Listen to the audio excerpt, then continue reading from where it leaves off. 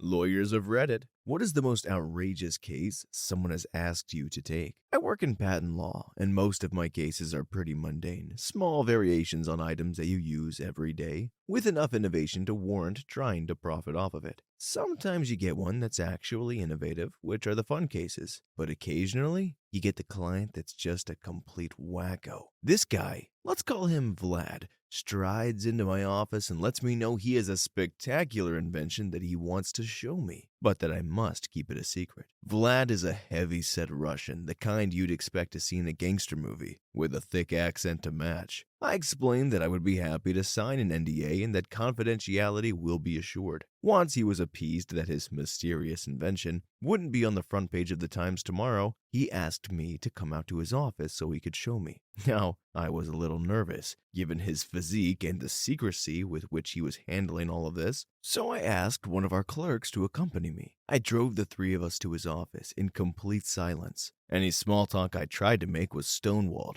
Finally, we got to his office building, which thankfully looked to be a legit workspace and not a back alley warehouse as I'd originally feared. He took us to his side office once we got to his floor and pulled me aside. "This will be my greatest achievement," he whispered, before opening the door with a flourish. In the room, there was nothing but a single bright red word painted on the wall. "What is this?" I asked him. He stood over me and gazed directly into my eyes, breathing, "I call it the serious tag. Hope he forgot to put one." That's a little meta. Story 2. I used to work at a firm that did workers' comp bad faith and then also did maritime personal injury plaintiffs' work. The best stories come from the maritime guys. I'm not a lawyer and this was before my time, but it was one of those stories that just get told about crazy clients. One guy was hurt offshore, legit injury, but drilling company won't settle, so it goes to trial. The guy is from some small rural town in East Texas, and that is where the trial is set.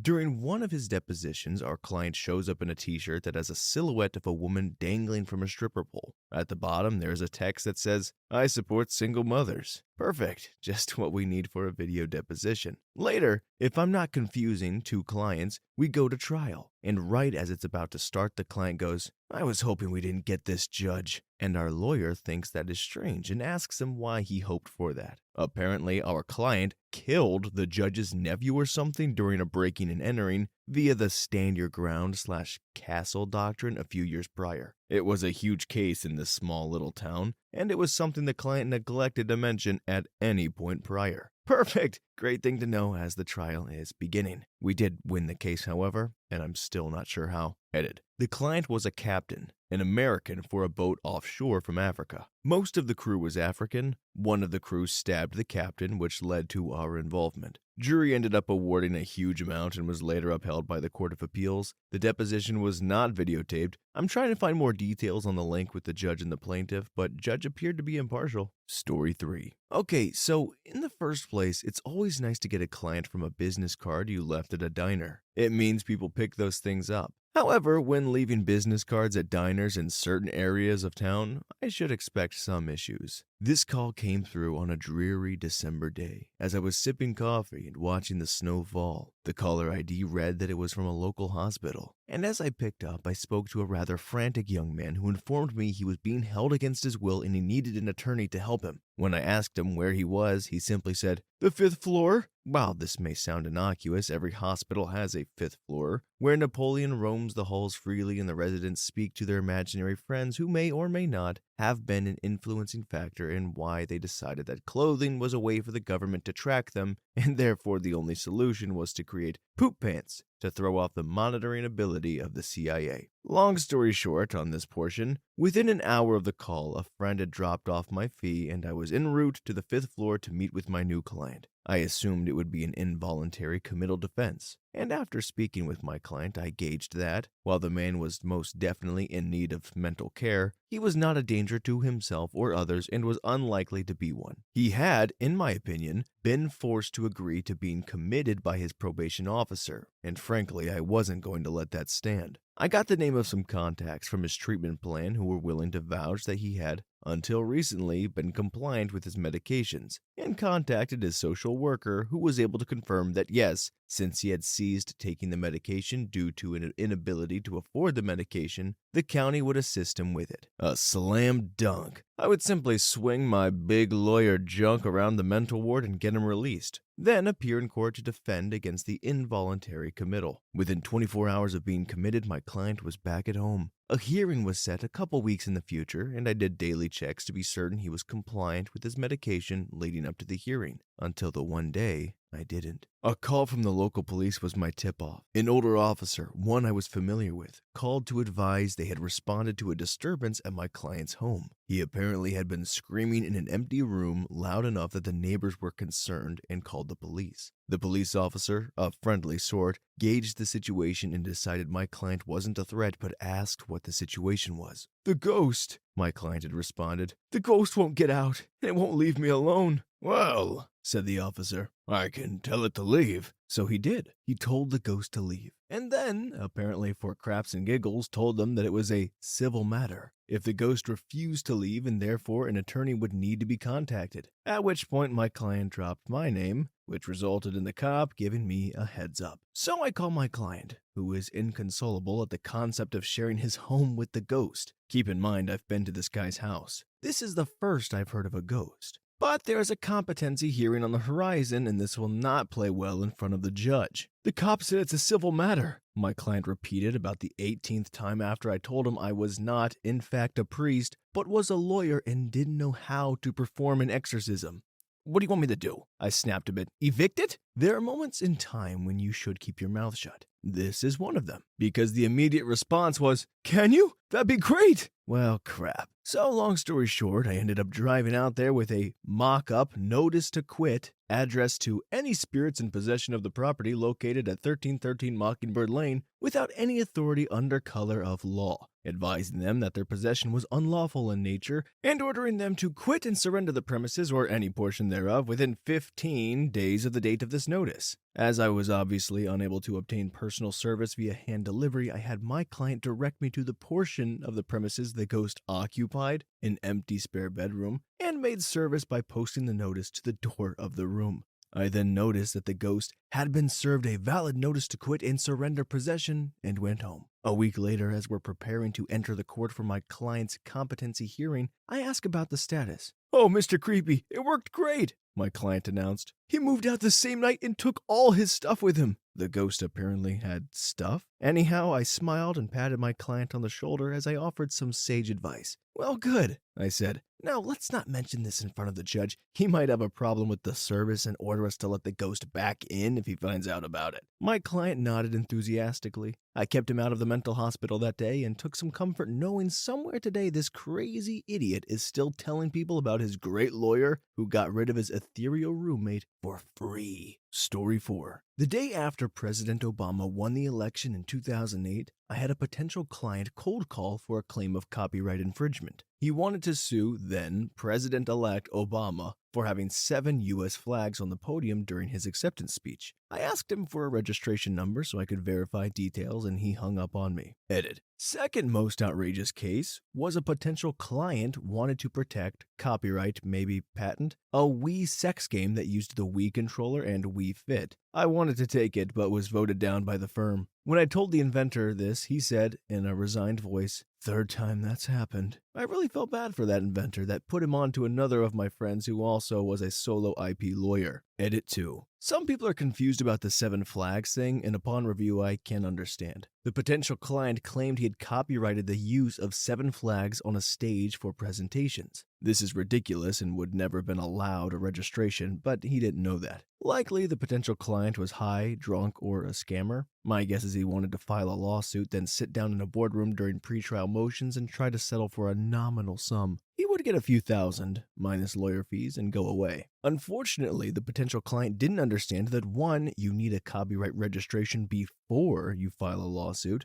2, you would never get a registration for having 7 flags in a backdrop of a stage. 3, that he was going to get nothing from then President-elect Obama because he would have had a firecracker team of lawyers at his avail. And 4, homie didn't play that. It would have been unethical for me to file that lawsuit as I didn't think it had a chance of heck in succeeding. In other words, I thought it was frivolous and didn't want to test local Rule 11 jurisprudence, i.e., receive sanctions, or lose my license. When I asked for his registration number, that was a clue I knew what I was doing, and he bailed. Story 5. During law school, I was a member of a legal clinic. We represented low-income individuals under the supervision of a licensed attorney and professor. We handled family law issues but would try to point clients in the right direction if we could not personally help them. One man came in and stated that he wanted to sue Best Buy, which is not uncommon, but why he wanted to sue Best Buy was different. See, this man said he purchased a refurbished computer from Best Buy for his daughter as a Christmas present. Best Buy had neglected to remove the previous owner's password screen, and thus this man and his daughter were unable to access the computer until they took it back to Best Buy, which was understandably closed on Christmas Day. This, he said, caused his 12-year-old daughter to begin to question the very existence of Santa Claus. He and his daughter then argued the rest of the day until he finally admitted to her that there was, spoiler alert,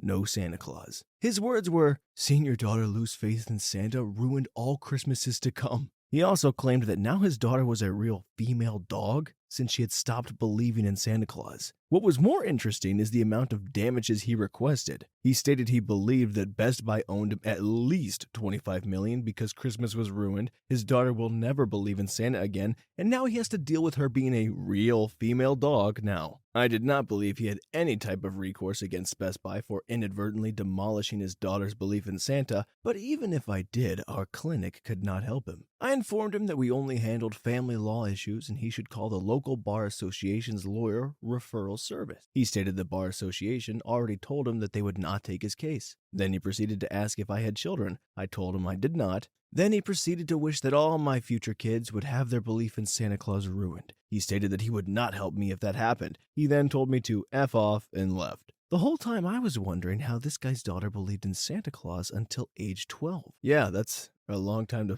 believe in Santa.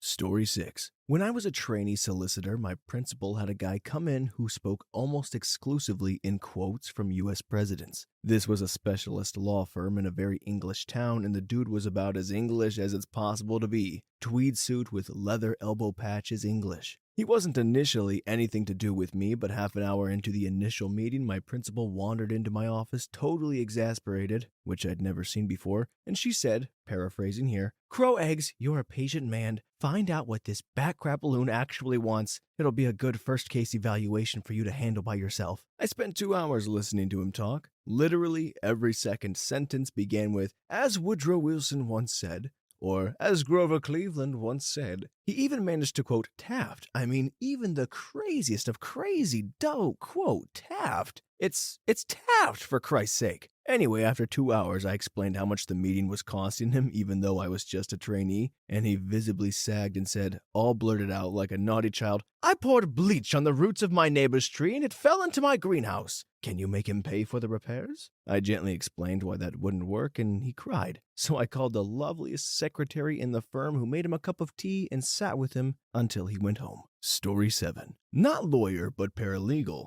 I took a cold call one evening from a gentleman who was clearly high, probably some drugs, and homeless. He wanted to sue his local police dispatch, 911, paramedics, and a hospital. We are a civil litigation firm because he narked on someone who was now allegedly trying to get him. It was now the police station's fault that he would have to stab the guy, and he repeatedly asked me if he should carry a knife so he could do said stabbing. He apparently had also asked the 911 dispatch the same question, and all they could tell him is that no, he should not in fact go stab someone. Also asked if he should go stab the other guy before he had a chance to get him. He then wanted to come hide out at our office while keeping his knife and deciding where to go stab the other guy. Definitely most surreal phone call of my life thus far. And before it's asked, no, we didn't report the situation to anyone. We are in a large city, and he said his location was up north. Did not give us his name, and we don't have caller ID. Very old boss, hates technology because he can't use or understand it. So we really didn't have anything to give the police as far as useful information. Fun times. Story 8.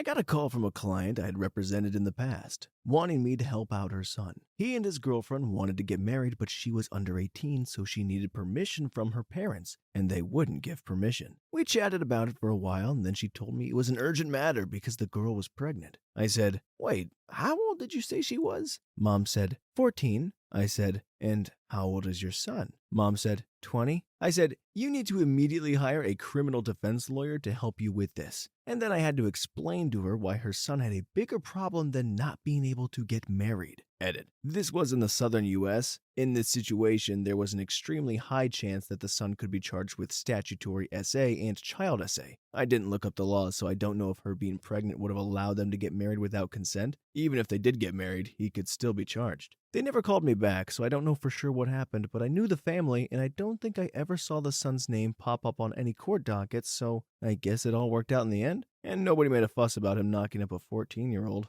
Ugh. Story 9. Not a lawyer yet. I'm in my last semester of law school and about to take my last ever law school final today. As a law student, you have the option of doing a lot of low-level pro bono work. I was at a family court as part of a project to help abused women get restraining orders against their abusers. To look lawyerly, all of us law students dressed up in suits. Family court tends to be filled with pro-SE fillers, people representing themselves, so anyone dressed in a suit starts attracting all of the people who don't want to deal with the issues themselves, since, hey, they look like a lawyer. This one gentleman came up to me and my partner, another law student, asking us if we could help him file a restraining order against his girlfriend because she wrote on her Facebook wall that he had a small chicken, which he assured us wasn't true. He also wanted to get a restraining order against a different ex-girlfriend because she took some of his clothes and things when they broke up, and he wanted them back. He also wanted to get a restraining order against his brother for beating him up when he was a kid. He was in his 30s. Edit. Thanks everyone for the encouragement. The admin final went well. One more tomorrow. And to anyone else in finals, you've got this. To the people saying he couldn't get an order for libel,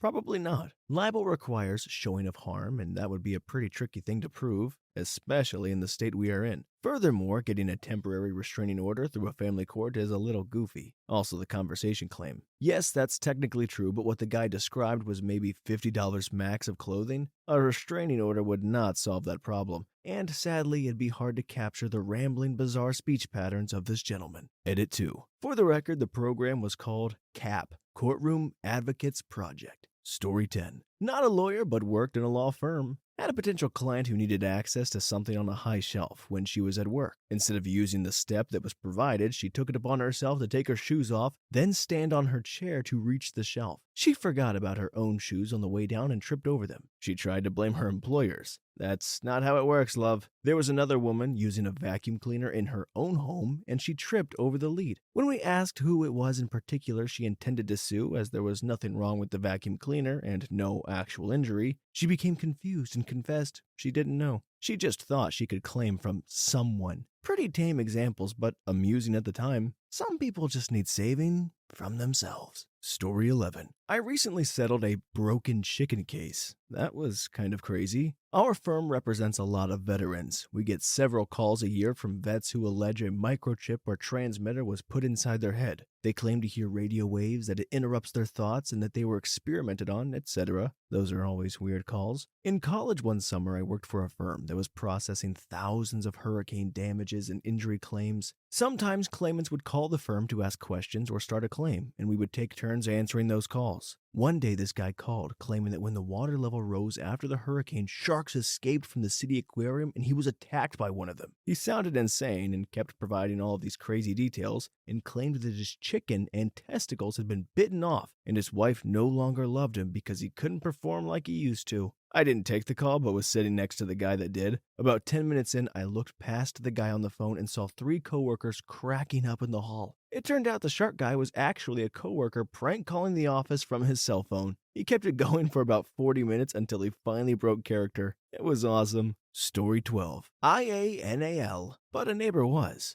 Quick little Animal trigger warning here. I am not a lawyer, but a neighbor was. She was once asked to defend a bloke who had been doing something rather odd. It all started when this bloke's neighbors complained to the local council about a stench coming from his bins. The council came to have a butcher's at it and found it to be stuffed with a shed load of dead chickens. Not restaurant waste chickens or out-of-date ones, fully feathered ones. A quick poke at the chickens revealed that it wasn't the first time they'd been poked, and that these unfortunate birds had in fact been effed to death by the wrong kind of chicken. A speedy search warrant was executed and a 5mm thick rubber band apron was found, complete with a chicken hole with scratches all around it. It was caked in bloody feathers and bodily fluids, according to the lab reports. After a bit of investigation, it turned out that his wife held the chickens and effectively pleasured off with them, with his chicken through the hole in the apron, and their feet scrabbling away at the rubber until they died. And then she'd grab another and go at it again until he coughed his filthy yogurt into them. His defense was that he wasn't actually screwing them, his wife was doing the screwing by moving the feathery F pillows. She said that the case rested on the fact that there was no way the chickens could have been shown as consensual in the whole thing. He and his missus did similar amounts of time for it. Story 13. Am late to the game lawyer. Once had a gentleman come to my office with an interest in suing his former employer. My office is general civil litigation and I handle our employment matters. As an aside to that, he also specifically asked for a female attorney for reasons not related to this story.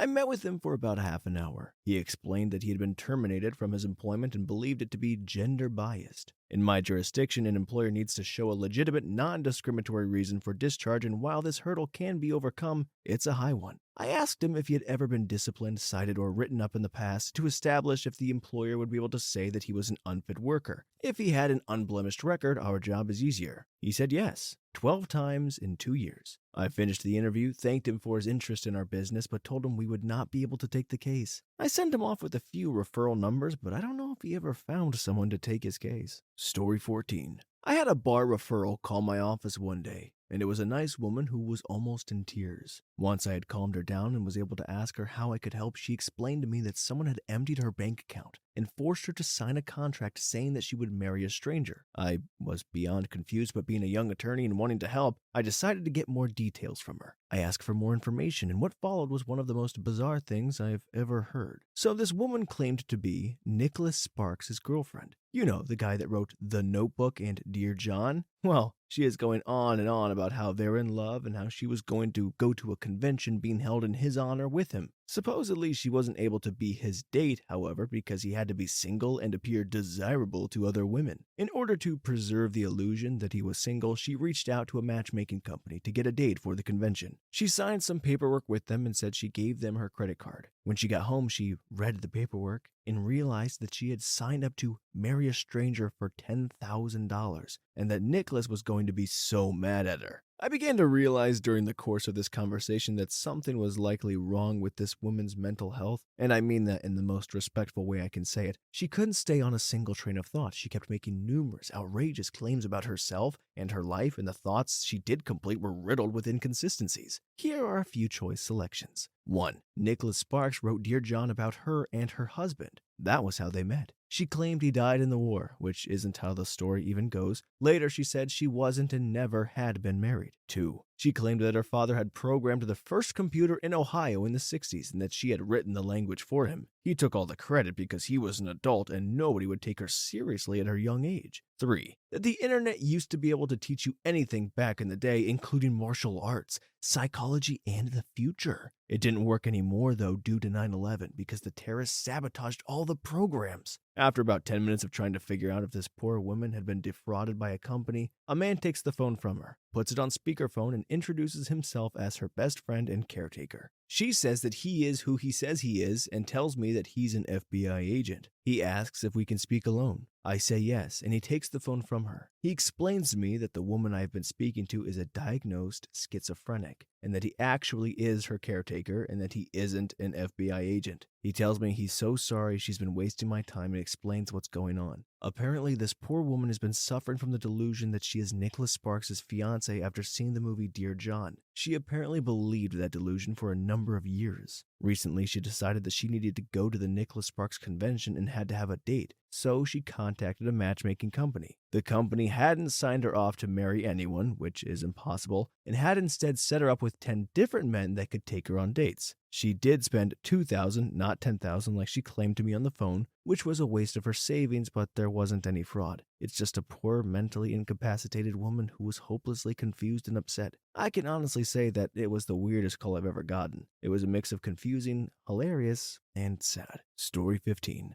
I have had several, but the best was a custody divorce about 5 years ago. This guy was a super smart engineer, but he fell for a woman who was just white trash. He married her, and at the time of the divorce, they had 2 kids, aged 6 and 4. One day she told him she wanted a divorce and wanted him to move out. It was a huge house in a gated community, so I advised him to move to another part of the house so he could be near his kids. I also told him that the reason she wanted him to move out of the house was that so she could have the man she was cheating on him with move in. He did not believe she was cheating, so I told him to go to the gate and check the logs. Sure enough, my client left every morning at 6:30 a.m. for work, and around 7:30 a.m., 3 to 5 times a week, another man would check in at the gate and say he was headed to my client's house. I dug into the name, and it was my client's wife's ex-boyfriend, who was fresh off an 8-year stint in prison for SA and attempted murder. Part of his parole was having to register as an SA offender. My client confronted his wife and recorded her response. One-party consent state. She basically admitted to cheating, admitted to her lover being an offender, then told my client she wanted to move her lover in. And if my client did not move out, she would make their children's lives miserable and make sure they know it's because their daddy's being selfish. She lawyered up after that, and we played the tape for her attorney in the first conference. He made some noise about consent and not sounding like her, but he knew her allowing a registered offender around her kids was pretty bad evidence. In the end, he got the house,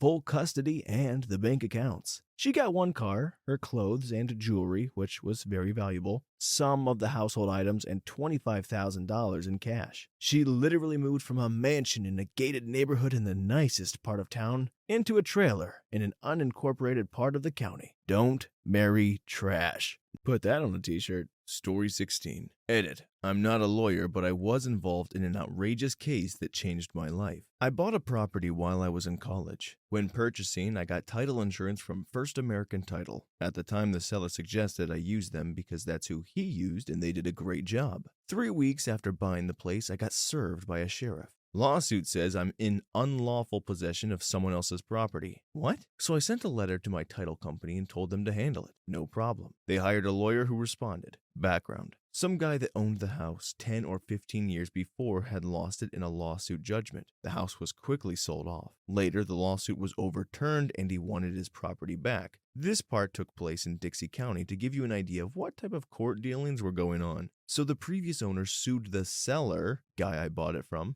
The seller did the same thing I did, told First American, the title company, and they fought it for years. So a-hole seller decides to sell the property and not disclose this little problem to me. Title company doesn't say anything either. I didn't know any of this until one day in court the attorney provided to us mentioned how she was so sick of dealing with this guy, Tim, who was trying to sue for the property he lost. I did some research and realized it was a big cover-up by the seller and the title company. This went on for years as this guy wouldn't go away. College ends and I need to move to another city. I can't sell the house because no one in their right mind would buy a house they know they're going to get sued for. And get this, First American will not hold the title again. They tell me to find someone else. So I sued both the seller and the title company, scraped every penny I had to keep it going. It came down to my last dime, but we got them to settle, which was basically paying me for what I owed on the house. Nowhere near what I should have gotten, and the best part, the seller had to buy the house back. I think they are still battling it to this day. Same guy. Story 17. Alright, huddle around, kids. Uncle Thelmature Lawyer has a 100% true story to tell you of not only a case that I was asked to take, but one that I actually did take. because it was so dang interesting. Female client comes in. She was separated but tells me her husband had died in another state across the country. According to the client, her husband was a magnate of a specific industry and worth well over $15 million at death.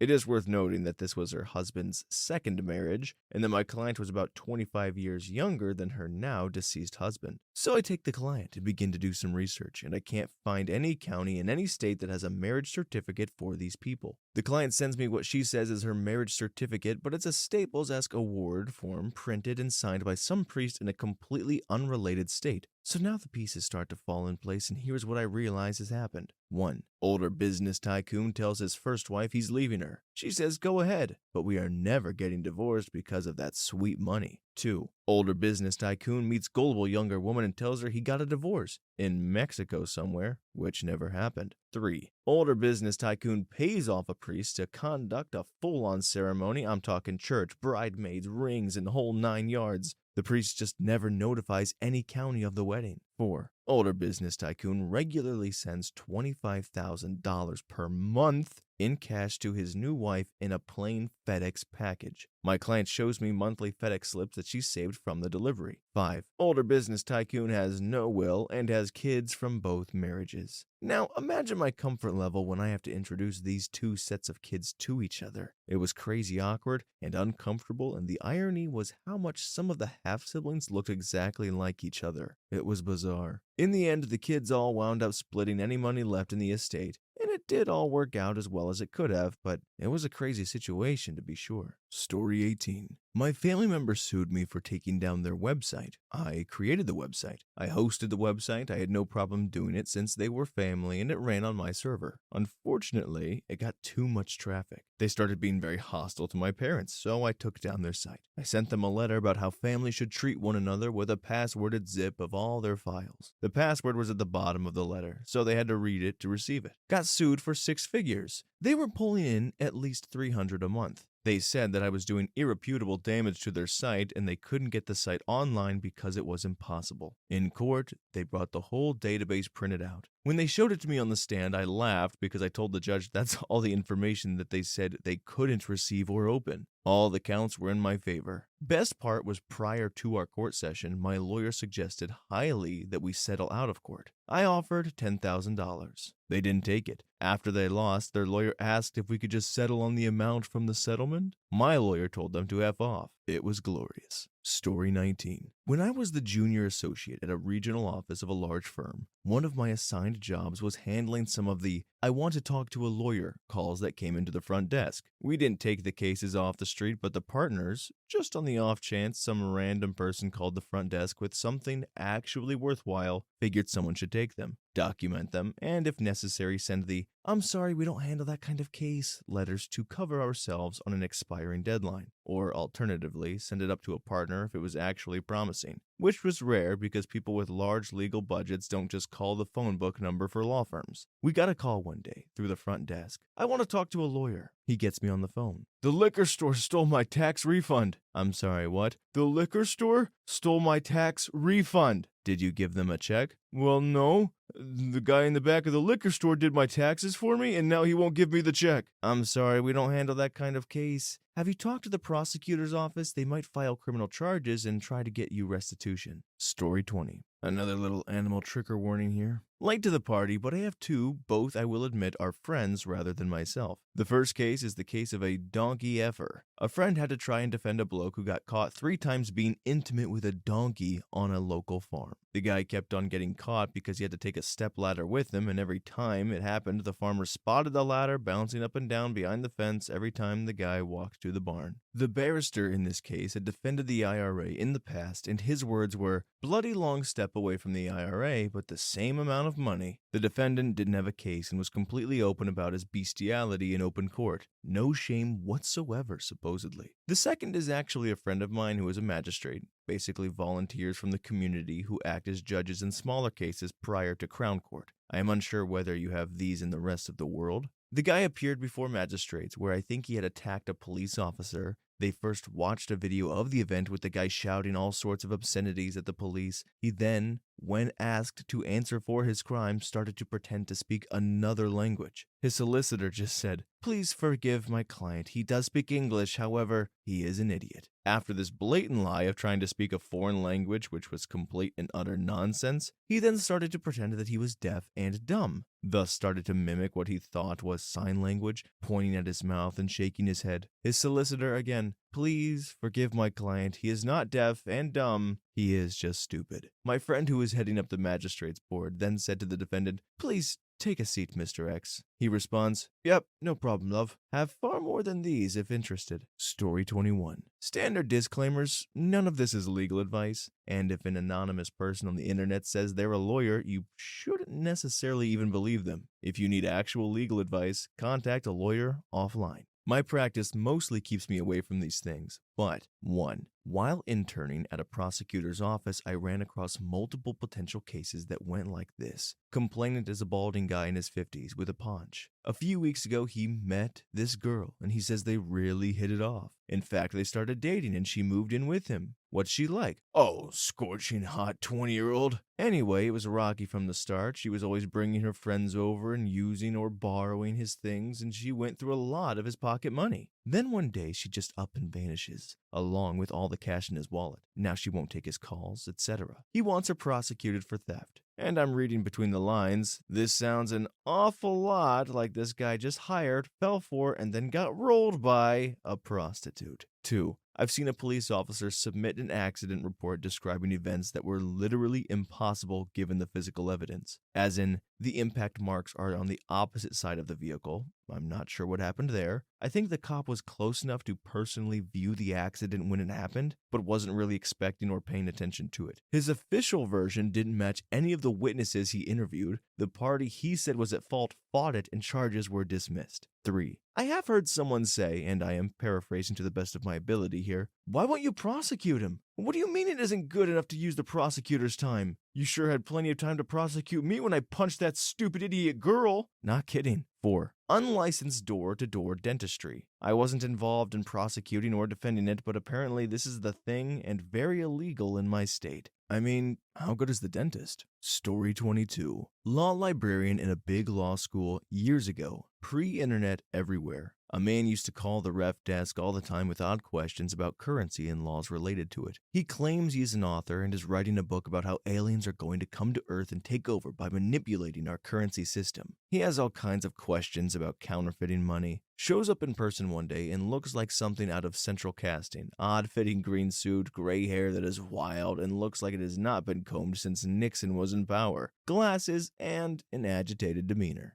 I spent an entire afternoon explaining why there is no information on how to counterfeit money, why I cannot get a hold of someone in the RCMP to work with him on the subject, and no, you cannot sue the government of Canada, the RCMP, the Bank of Canada, and anyone else who regulates Canadian currency for the secrets to good counterfeit money. The law library is often the first stop for those on their way to determining whether they have a legal action, and they think so no matter what they find out. The uninformed, the unhappy, those with an axe to grind, a partner to screw over, we often hear it first. Like the girl who wanted to know if there was a bigamy section in the Stray Animals Act. Yep, her dog was apparently caught in a compromising situation. And as a good reference librarian, we never laugh at the question. We save that for later, in the back room. Story 23. This is probably going to get buried, but what the heck. I do primarily criminal defense work, so my job when presented with a case is to figure out if the charges have any basis in fact. The circumstances may be strange, but I don't generally get asked to sue anyone but the police. However, I was once on the phone with a prospective client who had 3 pending DWIs. Guy maintained it was because he had lost his job and because his grandmother, who had raised him, had passed away. This is plausible. Dude wouldn't be the first person to drown his sorrows in alcohol and then do something stupid. At the same time, I still can't believe that I had to utter the following. Sir, I know the death of your grandmother profoundly affected you, but I don't think the judge would appreciate bringing her ashes to court. This guy legitimately believed it would help his case to bring dead granny's cremated body with him to court. Story 24. I am an attorney practicing estate planning, wills, and trust probate. Not a week goes by that I don't hear a story about a family squabbling over an inheritance, but there was one guy in particular. He had an aunt who was a lesbian and had recently married her lifelong partner. His aunt died shortly after they were finally allowed to be legally married. Like many couples, they had a trust together, and as you would imagine, it left everything to the surviving spouse, and only when both of them died was it to be divided between other friends and relatives. The nephew was left with a fairly generous gift once both his aunt and her wife had passed away. Apparently, that wasn't good enough for him. He wanted to sue his aunt's widow to get his inheritance that he was entitled to now.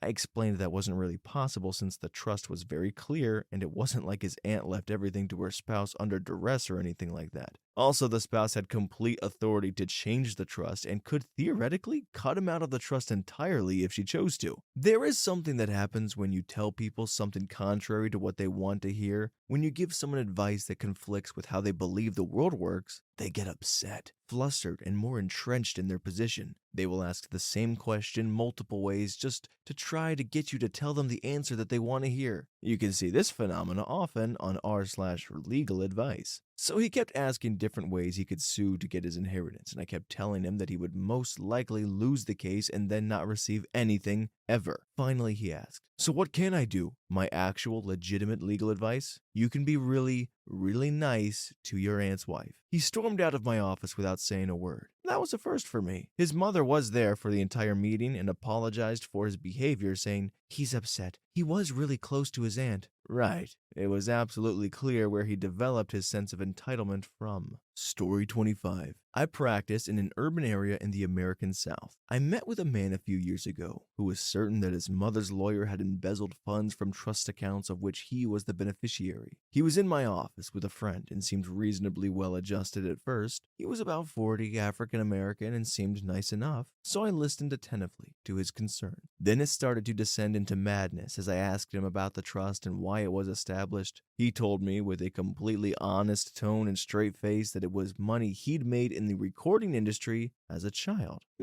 I thought this could be interesting. Still thinking the man across the table from me to be sane, I asked what type of music he'd recorded. That's when he dropped the real truth on me. He was actually Michael Jackson, the king of pop. I told him that couldn't be, since Michael Jackson had recently died. He immediately and without hesitation proceeded to explain that when I'd heard that Jackson died, he actually awakened back in his real body. He had always been Michael Jackson, but had to hide out in the other body for years. Not wanting to contradict this seemingly unhinged man unnecessarily, I played along for a bit and continued asking questions about the trust and his past. But there was more. The man proceeded to describe to me the custody battle he was having with his baby's mother, who was in fact Serena Williams. He told me about the time in a hotel bar in Dallas that Michael Jordan, yes, Michael Jordan, had confided in him that he was actually his real father. Of course, this conversation happened while having drinks with his good friend, Tiger Woods. I was floored. He was clear-eyed and didn't seem to be under the influence of anything. If he hadn't just said the things he'd said, you would never know he wasn't all there. I talked to his friend, who knew he was a singer but hadn't talked to him about any other musical issues, and referred him on to a DHS counselor to see on his way home. Still my strangest meeting. It went on for over 2 hours. Turns out upon looking up the trust case, he mentioned that he actually did have some money stolen from a guardianship account by an attorney who is currently serving time for such nefarious activities. So, who knows? Maybe it was all true. I have my doubts, though.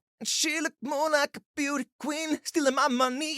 Story 26. Not a lawyer, but worked with the district attorney, and we had this case where we were prosecuting a person for burglary after nightfall, first degree. Background. The defendant and a cohort had allegedly broken into someone's home after dark. The person with him had confessed to the crime for a reduced sentence. There were 3 witnesses in the house that positively identified him, and his DNA was found at the scene, along with some other identifying stuff. Fast forward 3 years, and he has somehow gotten his date postponed a number of times. I was there when he complained that his attorney was crap, despite the fact that she was probably one of the best public defenders in the area, because she kept telling him to plead because he was going to get trashed at the trial. He somehow got it extended by another month. The upshot of everything is that he was convicted and given 12 years in prison. Here is the key point. If he had just taken the plea deal, he would have been out of prison by the time he was sentenced. Note, we did give him an offer to plea, and a good one at that, under 3 years. Too long didn't read. Don't be an idiot when faced with an implausible situation. Story 27.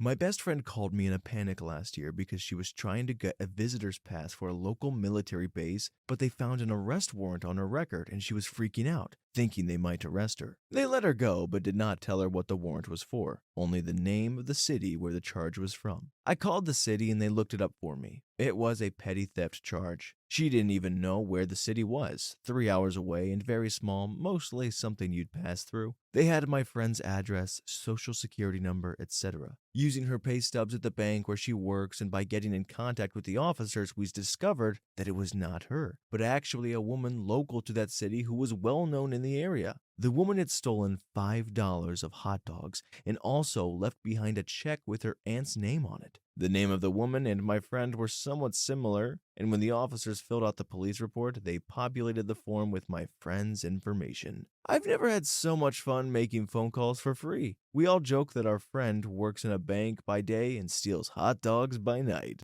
Story 28. I used to work in matrimonial law, which is the worst practice area of them all. You see fairly reasonably good people reduced to the worst of themselves in every aspect. They're emotionally distraught, seeking vengeance, wounded pride, etc., etc. Aside from the woman who really wanted her in motion for full custody papers, the fact that her husband allegedly self-pleasured constantly, leaving the couch sticky, left the door open while he did so, and they had 5 kids, 1 in her teens and 4 around age 8. They were quadruplets, and left his used tissues everywhere, so she frequently sat in them. There was a septuagenarian who came in because his stripper wife, wait, let's back up. The guy is an executive at the big company in New York City. He was faithful, supposedly, to his first wife of 40 years, cared for her through sickness and then her death, had a grown son, became addicted to strip clubs. He spent something like $10,000 to $20,000 a month at them, and then met a stripper that he eventually impregnated, then married, with prenup. She had 2 kids with him. He reduced his strip club spending to $50K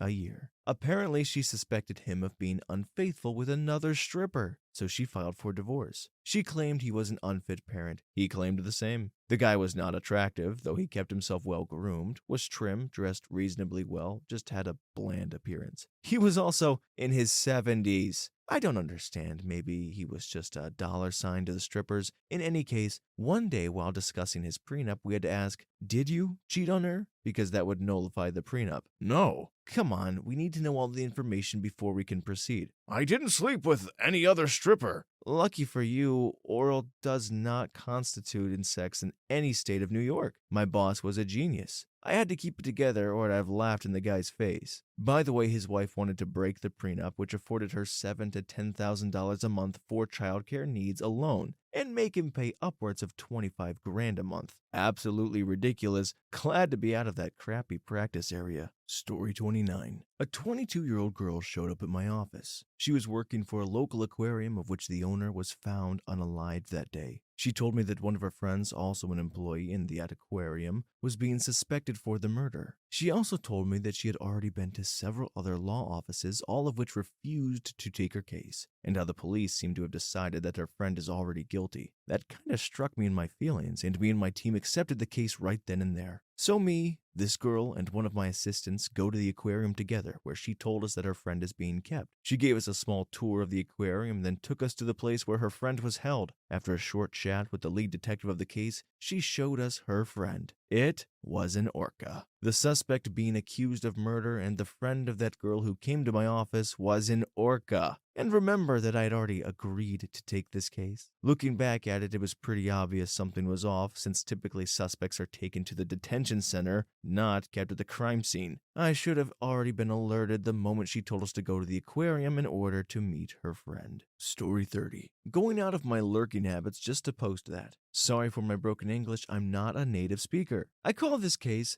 the Voodoo Teleporter. It's maybe not the most outrageous case I worked on, but it may be the weirdest. This was a few years ago, fresh out of law school, full of hope. This was my first legal aid case about a guy coming from Togo and claiming asylum in my country because of his homosexuality, which is still both illegal and socially unacceptable in Togo. As his lawyer, where I come from, Belgium, I first have to prepare him for his hearing in front of the immigration authorities. I cannot be there during his first hearing, so the preparation is crucial. So I ask him about how he first entered the country, and this is his story. He told me that he comes from a village nearby, a sacred, magic, holy, whatever waterfall. His grandfather, who's kind of the chief of their village, also happens to be an authentic voodoo witch doctor. Voodoo religion is still very well represented in Togo, and so his grandfather told them that if you say the right incantations and prayers in the cave behind the waterfall, it can make your wishes come true. So that's what he did. He incantated and prayed the heck out of that cave for 3 days and 3 nights straight, then passed out. When he woke up, he was in Brussels and very disappointed. He actually prayed to wake up in California, so I'd be disappointed too. I very diplomatically explained to him that his religion and beliefs weren't very popular in Belgium, and that the guys at immigration would probably have a hard time believing him. He insisted that this was the truth, so that's what he told them. I still have the written record of his hearing.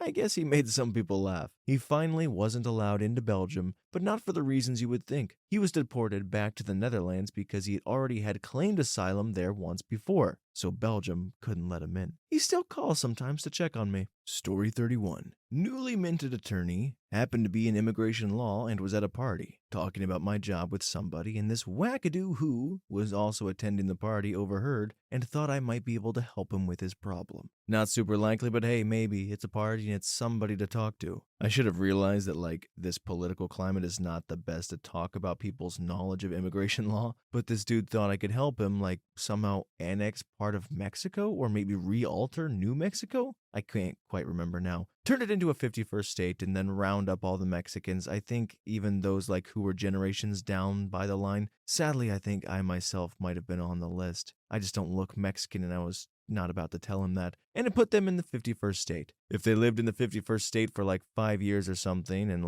worked and avoided crimes, they would become eligible for full citizenships and could re-enter the other 50 states.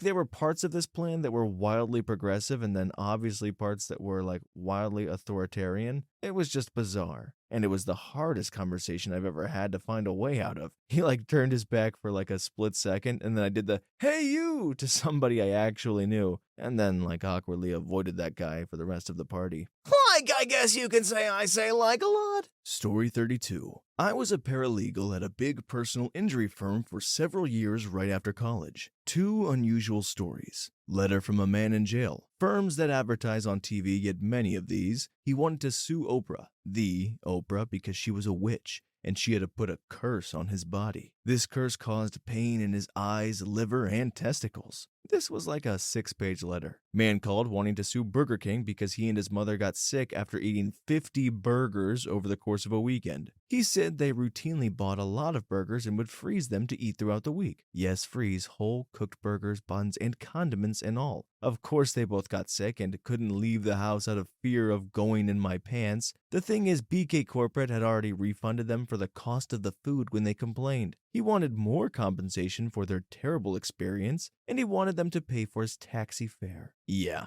they took a taxi to Burger King and made the taxi wait while 50 burgers were prepared. We didn't take either case. Story 33. Not a lawyer, but I worked at a law office and sat in on some meetings to take notes. We had a guy come in. It was his case evaluation, and my boss, the lawyer, asked what he wanted to do. He said sue blank lake. He mentioned a specific lake, but I can't remember which one. I did my best to keep a straight face, and my boss asked why he wanted to sue the lake. He said that it ate his boat. We asked if he meant it sunk. He said that no, it didn't. It ate it. The boat was gone one day, and he checked the video, and the video showed the water level of the lake rise almost 4 inches and fall again, which caused the boat to break loose of the dock and sink. He showed us the video, and sure enough, here is this little 4-person John boat with a motor, and exactly that happened. My boss said that she'd take the case, but thought it couldn't guarantee how well it would do in court. She then asked if he knew who the owner was. He was the owner. Besides, he just wanted to sue the lake, not the owner. When my boss said she needs some money to process the paperwork, he threw down a brick of cash. Story 34. This wasn't mine, but instead a case tried by my torts professor. Client came into his office looking to recover her security deposit on an apartment. The landlord didn't want to return the deposit because IIRC, she was breaking the lease. She felt she should be permitted to break the lease because someone had broken into the apartment and SA'd her. Torts professor files suit seeking not just return of the security deposit, but also damages for the crime committed against the former tenant. Theory of damages was that the landlord had a duty to provide adequate security against such an intrusion. Landlord did not dispute whether the tenant had adequately locked all doors, she had, but claimed that it was not foreseeable that a person could have committed the crime. In essence, the landlord claimed it was unforeseeable that the assailant could have gained access to the balcony, and further that the landlord had met its duty of care by providing a lock to the sliding glass door. Start with the duty of care. Landlord had only supplied the standard thumb lock to the sliding glass door. A similar intrusion, minus the assault, had happened at the ground floor apartment in the same complex not long before the assault in question. Landlord then supplied all the ground floor apartments with bars to help keep the sliding glass doors from opening from the outside. Okay, but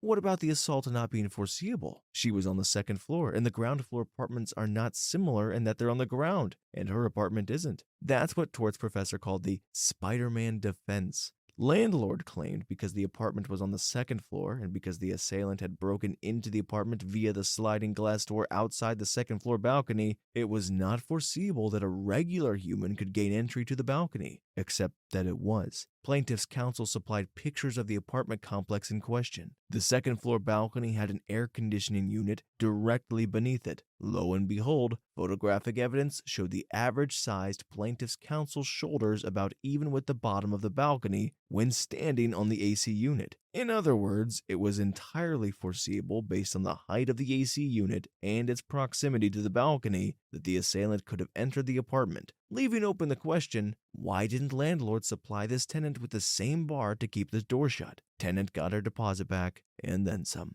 Honestly, what a freaking douchebag to be that stingy with a security deposit after one of your tenants gets assaulted in your complex? And also ladders exist, right? So regardless, put the extra security measures to stop a sliding glass door. It can't be that much for the bar. Hey, I'm glad she won. Story 35. I had a guy who wanted to sue the mental hospital where he had stayed for the last year. The interview went something like this. Why? Because ever since they started giving me this medication, I've had fantasies about having the forbidden act with little children. I've never had those fantasies before. And you think it's because of the medication? Yes. I don't know about that. Tell me, why were you in the psychiatric hospital in the first place? Well, I was working as a bagger at a grocery store a couple years ago. Then one day I started thinking about the N-word, and I just kept thinking about it. And I couldn't get it out of my head. You were thinking about the N-word? Yeah, you know, yes, I know what word you're talking about. So I decided, after thinking about the N-word for about 10 months, that I might need some help. So I checked myself into the psych hospital. And that's when they gave me the medication that makes me fantasize about having the forbidden act with little children. Okay, well, thank you for coming in today. Unfortunately, I don't handle those sorts of cases, but you know who does? Gave him the name and phone number of a competitor. Not my finest moment, but I was kind of scared of this crazy, racist predator. How did he get out of the psych ward, though? Story 36. A federal judge called up a senior associate at my firm a few years ago and asked us to take on a case for a pro-SE plaintiff, i.e. a guy representing himself. The judge's personal rule, and it's a good one, is that if a pro-SE plaintiff gets past summary judgment, he finds them pro bono attorneys. Getting past summary judgment, long story short, means both sides have disclosed their version of the facts and there's at least a question of who's right. We took the case by applying the time-honored principle of don't turn down a federal judge when he asks for a favor. Idiot. The guy was the plaintiff. He was suing some cops, the town, and the county. Our client had led the cops on a high-speed chase through a fairly dense town, and he went to jail for like 6 to 10 years for it. I forget now. What he was suing for, though, was that the cops used excessive force on him when he was arrested. No matter the crime, once the cops have you controlled, they can't just start kicking the crap out of you when you're in handcuffs. So, not a sympathetic case, but you get used to this. Your goal is just to make sure they get everything the law entitles them to. Then, at our first interview, 2 disturbing factors came up. When going through his life history, he mentions that one day in his youth, he was on drugs and kicked out of his class at college. Upset, he goes into the parking lot, finds a girl standing by her car, and essays her. Yep, our client is an SAer. He spent 10 years in jail for that. Now, obviously, people who do that kind of crime can be unfairly treated by the police in an unrelated incident 15 years later, and everyone deserves equal protection under the law, but yeah, it's a lot harder to get emotionally involved in support of your client when he mentions that. More specifically to this case, if you are a cynic, you might have asked, was he drunk driving that night he decided to lead the cops on a car chase? So I asked, and he said, well, I had one drink at 8 p.m., but this was at 2 a.m., so honestly, it had to have been out of my system. Great! Then, of all people, it was the summer intern that said, were you on anything else at the time? Oh, I had done some drugs that night. Dude, you didn't feel like volunteering that earlier when we asked about the alcohol? But more to the point, if he was on all these drugs, how well does he remember all these beatings from years before? He didn't have any other witnesses who would speak on his behalf. Anyway, we got him a nice settlement, probably nicer than he deserved, and forgot about him. I looked him up a year or two later, and he was on the state's most wanted list. I don't even want to know. Story 37. So, a little background. I spent 10 years representing disabled adults and children in various matters at a legal services firm, so our clients were not charged. I had a man come in who had a muscular disease that left him only able to move his hands. The state, through the Department of Vocational Rehabilitation, paid for him to attend a college. He chose a for-profit institution and a degree in sound engineering. He came to us because the department refused to pay for his MBA. They only pay for bachelor's and associates. He argued that no one would hire him due to his disability, and he heeded the MBA to start his own business, a recording studio. There was no legal basis for the case. We had to take it, though, because he was referred to us by our congressional representative office. He lied repeatedly and basically didn't care when I called him out on it, nor did he understand suborning perjury. He actually had a recording studio business already, which had some clients, thus shooting his case in the foot. He also couldn't prep for the hearing much because he was taking the LSAT. He went to hearing, and it was an excruciating 90 minutes as opposing counsel brought up every single lie. It was an administrative hearing, so he went on the stand regardless of my perjury concerns. I wanted to melt into the floor. We lost. He demanded we reappeal, and we refused. But I guided him through the process and had his 113,000-page file copied and sent to him. He refused delivery. Last I heard, he was appealing the denial of paying for his law degree. Story 38. Not a lawyer, but a board member of a nonprofit that provides free HIV tests. We do a quick oral swab that comes back with results in 15 minutes. During that time, we talk to the patient and assess any behavior risks to try and minimize exposure to HIV and other STIs. We also tell them that if they test positive, we will run another swab. If that comes up positive, then they will need to go and get a blood draw to confirm it. You can get a false positive if you have the right combinations of proteins in your saliva. We had a guy who tested positive twice. We then made an appointment with the health department for him to get a blood draw to confirm. He never shows up. Instead, he told all of his family and friends that he had AIDS, made up a will to give away all of his possessions after his imminent death, and went on a drunken bender. When he finally got his blood test done and found out he was negative, he showed back up at our offices. He was so happy that he was negative, but he needed to know, who do I sue? He wasn't sure if it was us or the company who makes the swab tests. Story 39. My dad was a public defender in Philly with the Public Defender Association. He was with a group that defended a lot of mentally ill. He would bring home cases for the summers when I would go up and visit because his office had no AC half the time. So I got to hear about some of these cases. One stands out. It was a couple who had been stealing cars and putting them in nice neighborhoods next to judges and CEOs and lawyers and things like that. Sometimes the cars were torched right there in the street. Nothing was ever taken from the cars, and it never appeared the cars were joyrided. There was even a police cam footage which was inadvertently following one of the cars which was stolen. It was like it was driven like a little old lady. A store had surveillance footage of another car that was very thoughtfully driven. So they catch these two eventually, and the explanation to the police was so bizarre it went to my father. The couple were an idiot brother and sister who had escaped a Cleveland mental hospital run by a religious organization. So what they were doing was trying to find their parents by stealing cars which had the license plate of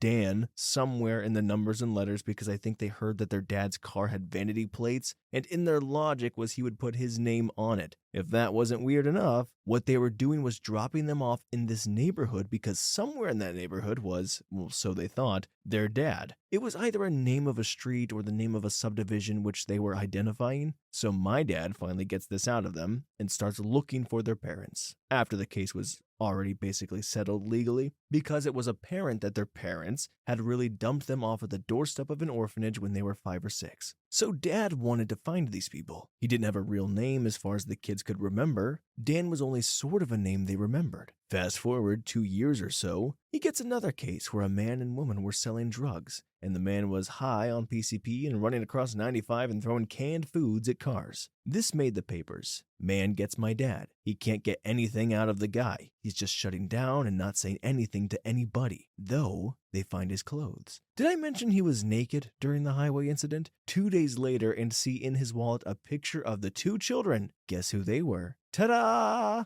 Our 2 car thieves, but as 4 and 5 years old. The brother and sister were remanded to a state institution at this point, and there's really nothing my dad can or wants to do except bash the man's head in with a can of food. The oddest thing was, the brother and sister thought their dad was living in Philly, but really he was living in Pittsburgh, and they were in Philly for a random reason. They just coincidentally got my dad, who defended the kids. There's more to that, but I thought it was worth remembering. Story 40. This will get buried, but it is one of my favorites. After law school, I took an associate position at a small firm in a small town. One of the partners had a lot of family in town, and one day, one of his cousins came riding up on a bike. The partner did not want to deal with him and told me to handle it. Well, okay. His cousin hands me a Ziploc bag with a slice of bologna in it. He tells me to look at it. The slice of the bologna has a chunk of metal in it, and he says it came that way in the package. He was probably telling the truth. It didn't look like he put it in there. The cousin is all excited, thinking he's going to pick up $1 million or $2 from product liability. So I ask him if he ate any metal from the package of bologna. No, of course he wouldn't eat a chunk of metal.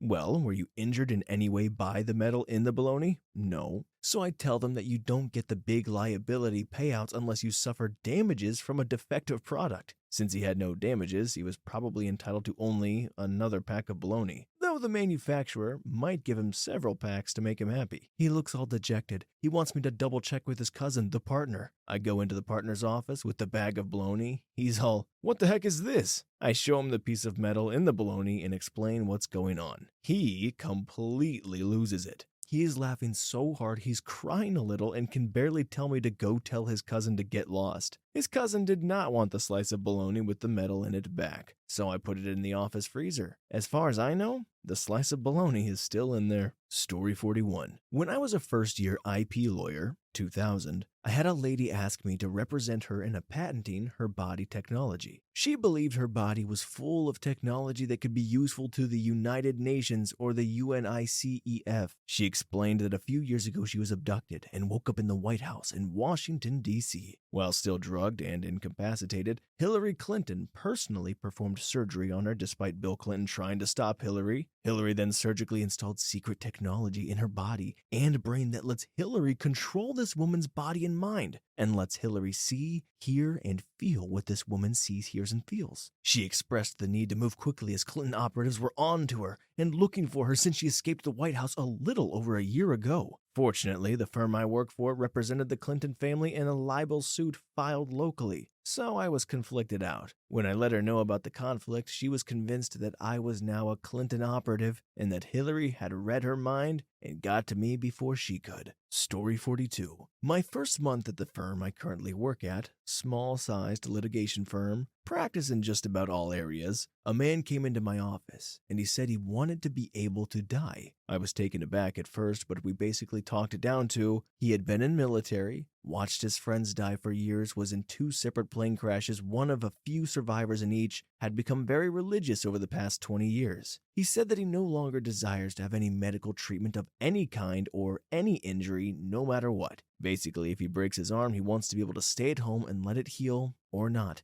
And if not, and it kills him, so be it. He wants to go on his own terms with no medical interference. The big issues at play here are mental infirmity and elder abuse. The assumption is that no man in his right mind, seemingly healthy, would choose to die of a broken arm just because they don't want medical treatment. And someone who is mentally incapacitated cannot execute a directive or other controlling document, so directing their future health care, estate assets, etc. Elder abuse is a little more tricky. Basically, let's say he breaks his arm, refuses to seek medical treatment, but his daughter knows he is sitting at home with a broken arm that is getting worse. The arm gets worse and worse, he's suffering in pain and eventually dies. The state can come back on the daughter, who he had named his personal representative and power of attorney in his will, and charge her with elder abuse. Example, you knew he was suffering and dying, he obviously was incapacitated and couldn't care for himself, and you did nothing. State has an interest in preserving life of its citizens, you violated interest, blah blah blah. So how do you get around these issues? I drafted his directive, denying all health care. Most directives delineate acceptance or denial of life-saving medical care. This is standard practice. But legal precedent still has a huge gray area concerning a person's willful denial of basic, expected medical care. To get around this, I had the man come into our office and asked him a bunch of questions to provide testimony regarding his mental fitness. Simple stuff like caring for, feeding himself, into bigger issues like why he wants to do this now, how his life guided him here. This is a he decision, not family influenced, his religious beliefs, etc. All recorded by a professional videographer to establish that he was not, by layman's terms, totally insane. We talked about how he relieves his daughter, family, me, our firm, etc. from any liability that may come from his death subsequent to this directive, and so on and so forth. To this date, nothing has come of this. He's still alive and doing fine. Will anything ever come of it? Who knows? But the employment and possible consequences of such a directive are probably the most fascinating things to ponder that I have dealt with so far. Thinking of it makes me feel like an astronaut with a briefcase, floating around in an empty legal space surrounded by planets made of wills, trusts, and other sound documents. Anyway, I'm weird. Back to work, I guess. Story 43. A while back, guy decides to breach his lease and move into a more different home. Landlord sues for 2 months. Rather than pay 2 months' rent, $3,000, he pays me $2,000 to take the thing to trial, despite my urging and flat-out promise that there's basically no way he can win this. $2,000 was fair because there wasn't much of anything to do on the case, with what there being no defense and all, and the landlord was too dumb to file a motion for summary judgment. Anyway, go to trial. Give the guy his day in court. He utterly fails to be the rock star on the stand he thought he'd be. He loses. Judge awards attorney's fees, and he walks out of court owing the landlord $3,000 plus $22,000 in attorney fees. Today, I turned down a family law case because I had a calendar conflict with an upcoming hearing. Potential client waited until a week before a hearing to try hiring an attorney. Says he and his baby mama recently moved out from living together. She insists his name isn't on the birth certificate, so he has no parenting time rights. But somehow she's still seeking child support and back child support for the period of time during the kid's life that the three of them lived together. Wait, what? Turned down another case where a guy wanted to sue the city for costing him $1 million in lost employment opportunities because they supposedly failed to properly expunge his criminal record. After asking him a few follow-up questions to figure out if there was actually any way I could help him in a meaningful way, he got frustrated, called me stupid, and cussed me out. I hung up on him, and a week later was notified by the BBB that he'd left a bad review. The review alleged that I cussed at him, called him stupid, and hung up on him. I told BBB one of those 3 things were true. The operator chuckled and told me they'd make a note and the review wouldn't be public. Story 44. I am a lawyer and I primarily practice in the areas of employment law and workers' rights. I've had a lot of people with odd situations come to me, but one in particular sticks out. This one fellow contacted me with a question about his civil rights being violated. He wouldn't give me much information over the phone, so I scheduled an appointment to meet with him. Sometimes people confuse their civil rights with their employment rights, so I gave him the benefit of the doubt. I figured if I couldn't help him, I may be able to refer to him someone who could. So he comes in and he tells me that he wants to sue the government. I tell him that I need to know what he believes the government was doing to him, and he tells me that they have been monitoring his thoughts and stealing his ideas. That's when the crazy bell went off in my head. Now, this guy looked and acted like a perfectly normal person. He was just convinced that the government was somehow stealing the thoughts in his head. He was a little vague on how exactly this was happening. I think it had something to do with the satellites or TV signals. I briefly considered recommending that he fashion a hat out of tinfoil to block the signals, but that seemed it would be a bit unprofessional. The guy didn't seem to be dangerous or anything, so I figured how I would reply based on my knowledge of the law if what he was saying were true. First of all, if some government agency were stealing his thoughts using mind control satellites, that would probably be a violation of his Fourth Amendment right to be free of unlawful search and seizure. The problem is, you can't just sue the government for that. Under federal law, you have to sue the actual person or persons who deprive you of your rights under color of law. Second, we didn't have any solid proof that the person who was stealing his thoughts actually was a government actor. It could be a private person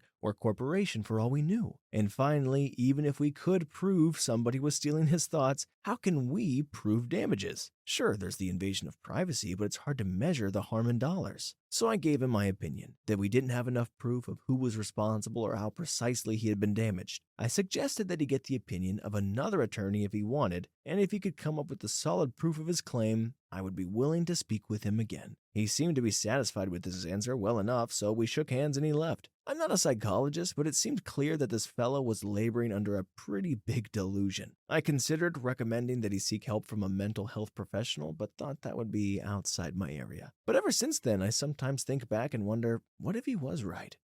I mean, honestly, respect, like he treated it as a very fair case and went through the logistics and like, I believe you, but I just don't think we have a big enough case here. And the guy was completely satisfied and went about his way. I like it. Story 45. Not strictly outrageous, but pretty crazy. Fresh out of school, I had started a firm with my girlfriend at the time and some friends. One day, we get a client saying she needs help with a criminal case, where she is the victim, but the criminal is trying to plead insanity. The case is being prosecuted by the state, but in my country, a private attorney can also accompany the case to look after the victim's best interests. So we tell her to come by the office so she can tell us the story. And man, were we in for a story. Turns out a year back, the victim and her lesbian partner had moved in together into an apartment. Their downstairs neighbor was a woman who lived with her mother. What started out as a friendship between the lesbian couple and the downstairs neighbor turned into a situation where the downstairs neighbor would spend a lot of time in the lesbian couple's apartment, to the point that the client started to notice the neighbor had become jealous of the relationship between her and her partner. It got to the point where they had verbal confrontations and the couple even decided to cut off the relationship with their neighbor. After some harassment and bad encounters, the couple decided to bring the police into the situation and let them know they could be in danger because of how the neighbor was acting. Well, one day around 8 p.m., the client was getting home and realized the apartment was surrounded by cops. Turns out that around noon that same day, the neighbor had gone into the apartment where only the client's partner was and had stabbed her to death. She had stabbed her. As she was bleeding out on the floor, she began to cut her genitalia. The couple had a couple of small dogs that she also stabbed, but the client's partner was alive for a few hours on the floor bleeding, while the neighbor kept stabbing her and painting the walls of the apartment with her blood. This was still going on at 8 when the client got there. Finally, the police were able to break into the home. The neighbor tried to stab herself, but she was saved by the cops so she could stand trial. 2 days later, after this all happened, the client gets a letter in the mail from the police saying they weren't going to provide help because they didn't think the neighbor was a threat to them. You can imagine we sued the police for what in my country is called failed service. And we helped her out with other cases relating to the murder. It was a very strong story to hear, and to see this poor woman crying while she told it, it still makes me reflect and remember it nowadays. Story 46. We get hired on a double SA, armed kidnapping case in 2 counties. Horrific case. Guy got 90 years. I had to depose the victims, and it was only my 3rd year of practice. Ugly. I got court appointed to represent a guy on a misdemeanor punching the forehead. He swore he didn't do it. The victim said he did. He insisted on trial. The prosecutor wanted 30 days because the guy has a horrid criminal history out of state. I met with him 5 times. The trial lasted 3 hours. Deliberation took 6. He was ultimately convicted, but the judge was light on him. I worked 30 hours on the case and got paid $400. Not all court appointments suck, though. I got a guy who was released from prison, literally dropped off the bus into the crappiest part of town where he was from with hardly anything to his name. Within a few weeks, he had burglarized 12 homes, 2 stealing guns in the process. He was charged separately for each burglary. He was on video and had fingerprints, but there wasn't a dang thing I could do except take depositions. I got him off 2 armed burglaries, punishable by max life down to regular burglaries, but because he was a habitual felony offender, and a prison release offender, he was facing a max 30 years with a 15-year minimum on each case. If he went to trial on one and lost, he would get that. Then the state would only offer consecutive 30 years with 15 minimum on the remaining case concurrent. Effectively life in prison. The state offered 30 with 15 on all cases concurrent. The guy wouldn't take it. I begged with him to think of his kids. He could see them again when he would be released, albeit in his early 50s. I took all the depots and the judge agreed to give him that sentence after a plea to the court. I worked probably 40 hours on that and was paid $14,000. I've got an attempted murder trial this summer and a trafficking racketeering case that will resolve this year. We'll probably make $60,000 between the two. And I've got several crap cases that won't pay squat and will basically help cover overhead. You gotta take the good with the bad when you do court appointments. I'm not breaking six figures, but I do all right. I also don't buy new cars because I'm on the court appointment list in 4 nearby counties, and I also get maybe 2 to 3 cases a year from the local federal district court. Oh, my first federal appointment was a drug submarine that had almost 3 tons of drugs on it. The Coast Guard brought in the sub during the fancy docking ceremony. All the USCG officials were in fancy uniforms and they loaded all of it onto the pallets, and it was on the news. I wore dock shorts and a Hawaiian shirt. The other co-defendant attorneys were equally casual.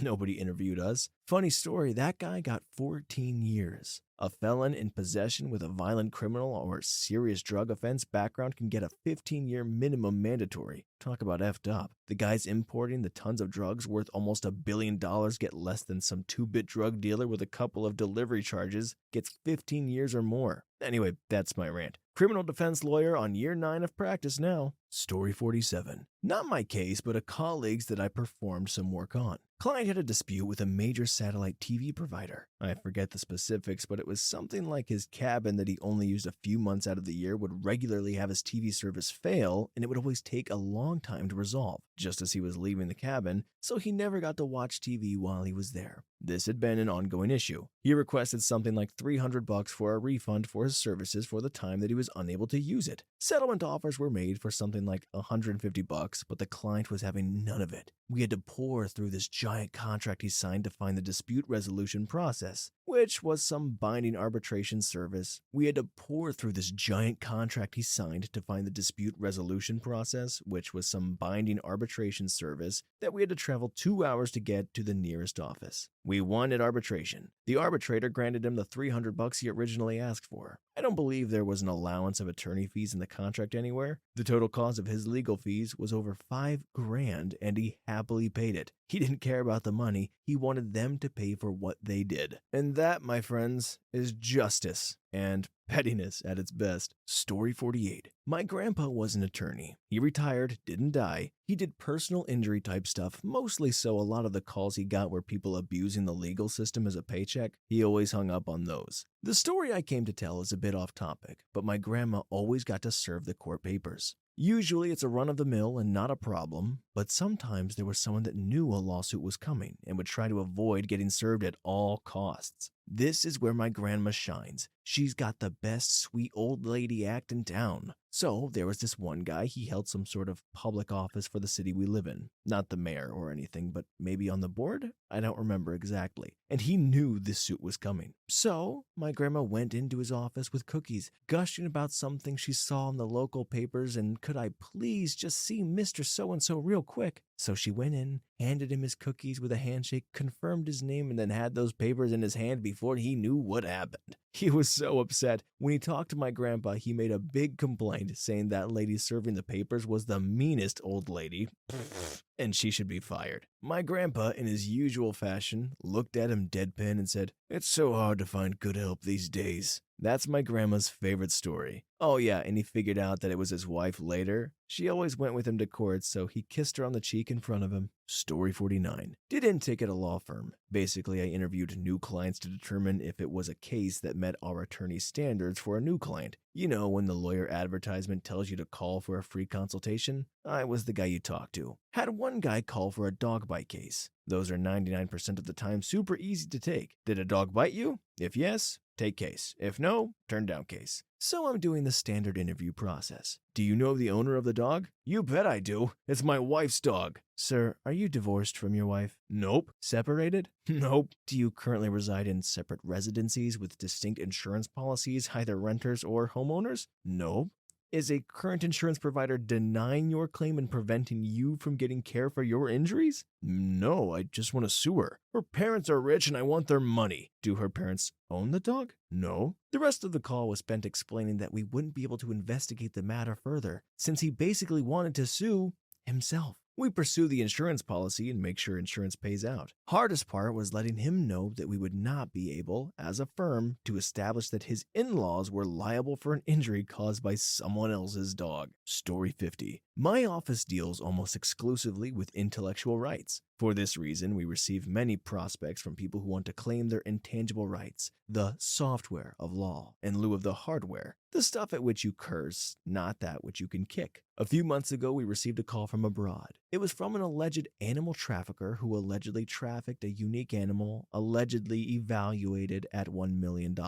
He is a foreigner and already has legal representation for his criminal case both in my country and in his. He is wanted in my country, but his country will not extradite him. He is wanted by Interpol as well. His criminal case is ongoing and was covered by my country's main media outlet, as well as some of his countries. The federal agent from my country in charge of the investigation of his case has published a few open letters and a book on the case. The prospective client is very angry about that and wants me to prosecute 1. My government, 2. The agent who published the book and open letters, 3. The particular media outlet that covered his case in my country, and 4. All media that has been covering the case abroad. The outrageous part is that he himself published text and videos about it on the internet, and they are really not good for his case. He nags me weekly with new material and always attaches disclaimers for attorney-client privilege and confidentiality in his communications, even when stating facts about his case. When he publishes anything, he always states that it was published with attorney permission, which I neglect those. The even more outrageous part is the content of what he publishes. One of his latest videos is a montage of clips from films depicting harassment, with captions like, "This is how he felt during the interrogation. It is theatrical, does not help his case, and makes me cringe every time." He insists on using them in his case. He also insists on publishing proof of his innocence, even though his proof is not really proof. He also insists on piloting this case and using this proof on the case I am to present. I have told him many times we ought to wait for his criminal case to be solved first, that as he already has criminal representation, I cannot do anything on the matter, and that we do not take criminal cases. He continues to flood me with his material and is very verbose. Edit. Orthography and masking the identity of the person. Story 51. I'm not a lawyer, but I was a process server for about 7 years, helping out with a number of law firms, serving a number of legal docs, summons, IEDs, and other bullcrap. My cousin got into mobile home law, and I told her I'd help her out with a few serves to some of the mobile home tenants. She often represented the parks, not the tenants. Well, this older lady, probably in her 80s, had something to the extent of 25 to 30 cats in her mobile home, which is a clear violation of the tenant agreements regarding pets. I go there and knock on the door, and as soon as she opened the doors, a hurricane-like breeze of cat crap smell hit me like a freight train going full speed. I almost vomited. She was in an evening gown and her legs were covered in dried up cat crap. It was disgusting. Someone should have been taking care of this woman, but her children either didn't care or were unable to. Anyways, I informed her of the situation, told her I was sorry, genuinely felt bad for serving an elderly lady despite the aesthetics and aroma, and was about to go on my way until she shouted, "I can't separate my cats! They'll die if they get separated!" I stood there for a long while in bewilderment and again stated how sorry I was and went on my way.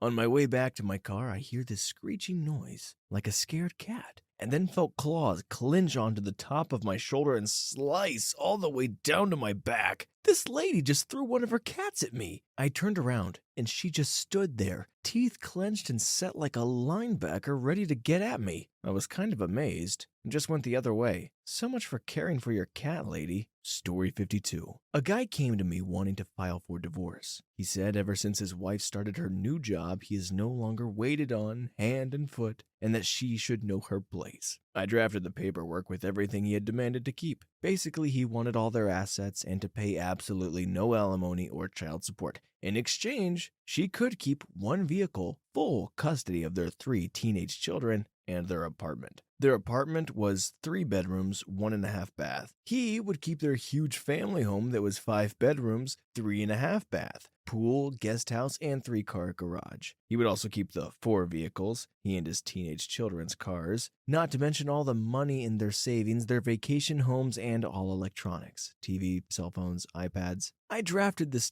terrible contract as he was my client. I tried to convince him to at least give child support as he only had 1 child under 18, but he said no. The wife was served with the divorce papers and called me right away to meet with me. I was scared. I, of course, thought she was going to tear me a new one. Instead, she very calmly came into my office and signed the papers and asked me to file them right away, but that she wanted 3 extra copies so she could give them to her children. I did what she asked. Then I very excitingly called my client in for a meeting. I wanted to surprise him with the great news in person. When I tell him that she's signed, he started to yell at me and called me an effing idiot. How dare I destroy his family? I was really confused. Then when he finally calmed down, he said that he did not want to divorce his wife, but that he just wanted to put her in her place again by reminding her that she was nothing without his money. We then call his wife in order to cancel the divorce proceedings. Both parties have to agree once it's been filed, and she says no. He then starts crying and gets on his knees and begs for her to take him back. She then says only if he signs a post-nuptial agreement that she had drafted. He agreed. As far as I know, they are still married. In short, man asked me to file for divorce but didn't actually want a divorce. Edit, I also want to add that after I always ask my clients what their end game truly is. Story 53. I am not a lawyer, but my mother actually is. There once was this client of hers that was mad. Seriously, I don't remember the case exactly. I believe it had to do with her divorce. She used to call us at random times at night, rambling on and on about her ex-husband. She also came unexpectedly to her office, shouting at her for no apparent reason. Once, my sister was sitting at my mother's office and she came in. My mother tried to ask her what's going on, but she just ignored it and asked my sister's age. My sister replied and she told her that her son would be that old now too, but she didn't know where he was since she had sold him. At least where I live, it is common for couples to buy kids instead of adopting them, since adopting can take years. My mother tried several times to tell her that she didn't want to continue seeing her, and after several attempts, she finally left us alone. I'm sure I'm forgetting the really crazy cases, though. I will ask her for more if anyone is interested. Story 54. I had a client who was adamant that he was being set up by his estranged brother in a paternity action. He believed that his brother had relations with a woman several years earlier, which resulted in a child being born. Woman was seeking ongoing and retroactive child support and was claiming my client to be the father. She alleged it was the result of a one-night stand. My client profusely denied that he ever had relations with this woman. He had never seen her before the court hearings, never dealt with her, and would certainly know if he slept with her. He really believed he was being set up. Before I got involved, a prior private DNA test was done and attached to the case, proving my client was the father. He claimed he never had the DNA test done. It was not his signature on the forms, that he was in another country at the time this alleged DNA test took place, and those were not his fingerprints on the forms either. We had the fingerprint analysis done, and that came back inconclusive. Woman refused to get a second DNA test. I got the court to compel a second DNA test, which was performed at a legit lab and done properly. Result: my client is the father. Story 55. First one. This really isn't that crazy, but the owner of a local restaurant I am a regular at is always asking me how to sue the landlord she rents the property from because he is a bad man. I've even inquired as to what makes him a bad man, but it seems that all he does is charge her rent on a monthly basis. Second one was actually a case that we had to litigate against. I actually worked under the lawyer that litigated this case, but it was up against a pro-SE client. People who do the work without a lawyer. Usually doesn't go well for obvious reasons. Who sued the city and the electricity company over a high electricity bill. Was with the city on this one, but being the underling, I was fortunate enough to read all the pro-SE filings. The person would use past tense when present tense was proper and vice versa. Also must not have had a day job because the court eventually had to stop any more filings and set a page limit on the documents. Best part about the whole thing was the bill was $1,100 for a winter month. High, but certainly not unbelievable. Pro SE appealed the case over and over. Final appeal cost $575 just to file. Checked the Pro SE's Facebook and every post is about fighting the man and getting justice in court. Pro SE had started a GoFundMe and everything. Talk about a negative value case. Story 56. I once had a gentleman make an appointment with my assistant to discuss some matters in person. He was unwilling to discuss them over the phone. She set up the appointment, advised me of the mysterious circumstances, and I eagerly awaited the appointment. Turns out the guy was homeless and self-admittedly schizophrenic. He heard voices all the time, some of whom were talking to him during the consultation. He believed that the government was denying him access to housing because they had identified him as the mastermind behind 9/11. He wanted to sue the president and Saudi Arabia for pushing the blame onto him. It was the most outrageous and saddest consultation I've ever had. All the guy wanted was a job and a home because he thought it would be a more peaceful environment than living on the street, and maybe the voices would quiet down if he had a bed to sleep in. For what it's worth, I didn't take the case. President Obama's lawyers are probably a shade better than a less than 5-year practicing attorney who does nothing but bankruptcy. I referred him to a pro bono legal aid office to see if they could provide some sort of assistance and recommend him to a program that could help.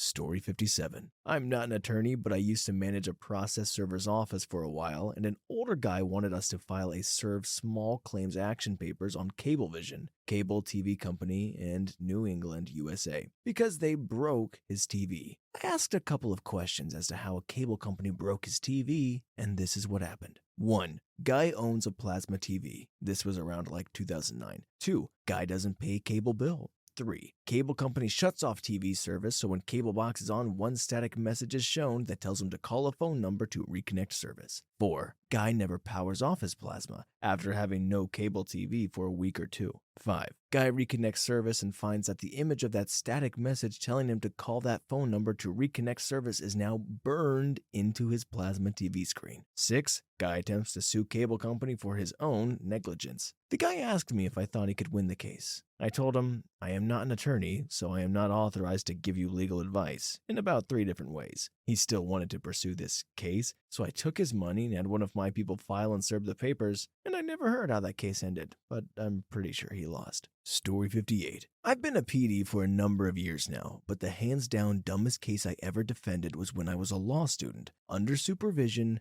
handling a criminal appeal. Guy pickpocketed an iPad in Penn Station, was caught on video stealing the iPad, confessed to stealing the iPad, as well as a number of other thefts, confessed to being a career pickpocket both pre and post Miranda, submitted a written confession detailing the same, and despite all of this, insisted on going to trial with trial counsel, who had a habit of declaring in open court that the prosecutor was doing a grand job of explaining her own case. Appellate counsel are often trained to own the bad facts and emphasize the good ones, but there were no good ones here. I won the appeal on a statutory issue unrelated to the merits, speedy trial, but that was my first and last time handling an appellate matter. The look on my panel's faces every time I pivoted from their questions about his bald-faced guilt back to the dreary topic of whether or not defense counsel had explicitly objected to a particular adjournment is forever ingrained in my memory. Much easier to be competent trial counsel than have to deal with the incompetency of trial counsel. Story 59. Not me, but my sister, who isn't a lawyer but worked in communications for some government-run casinos in Canada. To be clear, they get sued all the time, but make a point of fighting frivolous lawsuits because they know that if they have a reputation of being fair but not putting up with any crap, most lawyers will shy away from a case if they think it will not be fruitful. She has several stories, but the best one is where a guy walks into a casino with one hand in his jacket. He finds an area where there is no one by, pulls out a styrofoam cup of water, pours it on the floor, crumples it up and lies in the puddle, then starts screaming bloody murder. All on tape. Security responds and follows protocol of getting an ambulance, etc. Guy gets taken to hospital and everyone waits for the inevitable lawsuit. Sure enough, this guy's lawyer names everyone, including my sister and general manager, etc., in his multi-million-dollar lawsuit. wants to settle for a lesser amount, but government says, let's go to court. Months pass. Court date comes and this guy's in a wheelchair with a neck brace, etc., complaining of migraines since the incident, couldn't work, constant pain because of the shoddy and careless nature of the wet, slippery floors in the casino. The defense lawyer says nothing but is making notes. My sister is sitting next to him, both expressionless, until it's to go to the tape. They play the tape showing from two angles the manner in which this guy dumps water on the floor and fakes the injury. The judge starts laughing. My sister hands an envelope to someone sitting behind her who walks over to the guy in the wheelchair and says, "You've been served." Have no idea how much the suit was for, but it was for legal costs, ambulance, sister's time, and parking charges, and costs to mop up the floor. Story 60. Not a lawyer yet. I've got a few more months. I am taking the July bar, but I work for a Social Security disability lawyer and I handle signing up new clients. So I show up at one of our shared offices, and I am the only one there. As I walk in the atrium, the client is sitting on the floor sopping wet. He walked 10 miles in the rain to get there at 8:30 a.m. Client meeting starts normal. He's a bit off, but that is the norm with the disabled, especially the mentally disabled. We get to the normal business and he starts saying crazy stuff. For example, the mailman is out to get him. He has an ever-growing bloodthirst for the people at the Social Security. He is hungry for blood and Social Security is his target. I thought the guy was going to attack me. I remember thinking I'm holding a pen and I could stab him in the jugular or the ear and take this guy down if need be. Well, we took the case because the medical evidence made it clear he was mentally disabled. A month later, he chased down the mailman. He was institutionalized for 1 year, and we won his case a few months ago. Story 61. So much I've been told by potential clients, but I can't share any of it, even the best, ethics and all that. However, I can share what happened when a man accosted me at the courthouse with some facts he loudly shared with anyone within earshot. I'm walking down the hall, looking sharp in my suit as I do, and this somewhat wild-eyed guy starts yelling at me, Hey, you're a lawyer, right? I saw you in that courtroom. You're a lawyer." Yes, I am. Keep walking. This has happened before. Nothing good can come of it. It never does. "I've got a case for you. It's going to make you rich." Easy out. Flip him a card and turn him down cold when he calls. He wants to meet if the case is as crazy as it's likely to be. "I can't really talk right now. I'm in a hurry, but here's my card. Just call and remind me we met today at the courthouse." "No, man. You'll want to hear about this. It'll just take a minute. Let me tell you." Stop. Listen, I'm not your lawyer and we're in a public space. You can't share about your case here. It won't be privileged and I don't have the time to go somewhere private to talk. Please, just call later. Still walking. I can see the door. I've got to get out of here. "But this is important. It's worth dropping everything. I have a case against the government. It's worth millions, billions. They've been hiding in my bushes and when I leave the house, they come in and trade my papers and furnitures for other things that look exactly the same." That one actually stopped me in my tracks. I shouldn't have, but I had to ask him how he knew they were changed if they were exactly the same. His answer? Because one of the pages of one of his papers had a different wrinkle on it when he came home one day. I told him I didn't do that kind of work, so I wasn't interested. Then I gave him the name of a friend and told him to call him, because that kind of case was right up his alley. Sometimes lawyers are jerks to each other. Story 62. I dealt with a neighbor dispute about a wall. The wall was built by the lady who lived next door to my client years before my client bought the neighboring property. My client and his wife, both elderly pensioners, had set up a small decorative vegetable garden alongside the wall and had decorated the wall. My client's property was the lower line of the two properties. Soon wastewater began to flow onto my client's vegetable garden. My client then complained about this, and his neighbor very aggressively started pouring gray water from the washing machine through the drainage holes in the wall, killing the vegetable garden. My client responded by blocking up the drainage holes. Things got pretty acrimonious between the parties, and the lady planted a bunch of vegetation along the wall, complaining that my client would climb up the wall and spy on her sunbathing in the garden.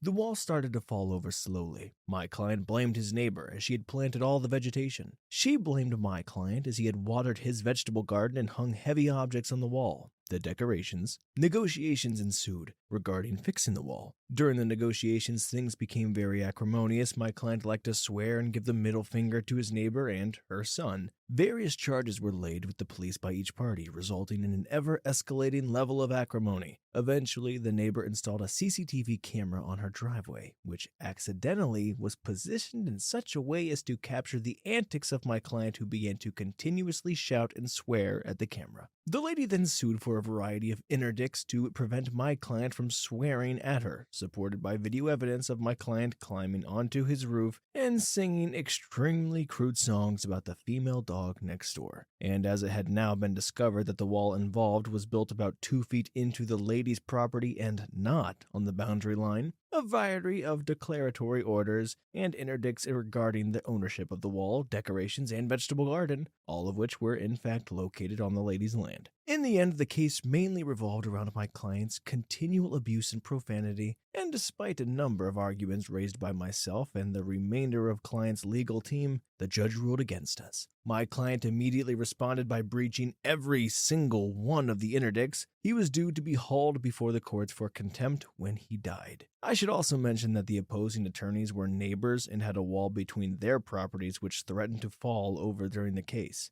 Typically, this was very funny to all the lawyers concerned. Story 63. I am not a lawyer. I took a job in social services after 9/11 at a halfway house for state and federal inmates. I was to be a clinical service provider, CSP, basically a case management person. While I received a training to provide addiction counseling, I sat in on my first intake interview about a week after I started. The client was a morbidly obese man wearing a blue sweatshirt and blue sweatpants. I was just to observe, and observe I did. The goal of these intakes was to introduce the client to his all-male facility, CSP, take down some basic information, review the case file, and get treatment plans started. It usually lasted around an hour, which is ages of time to talk with a complete stranger. My training person, I'll call her Rachel, was really good at drawing out all sorts of interesting information from clients. I was never that good. The results were comedic gold though, and I really had a hard time keeping a straight face. Rachel: so why the blue sweatshirt? Don't they usually issue clothes appropriate for interviews? They do, usually a blue pair of pants and an Oxford-style shirt.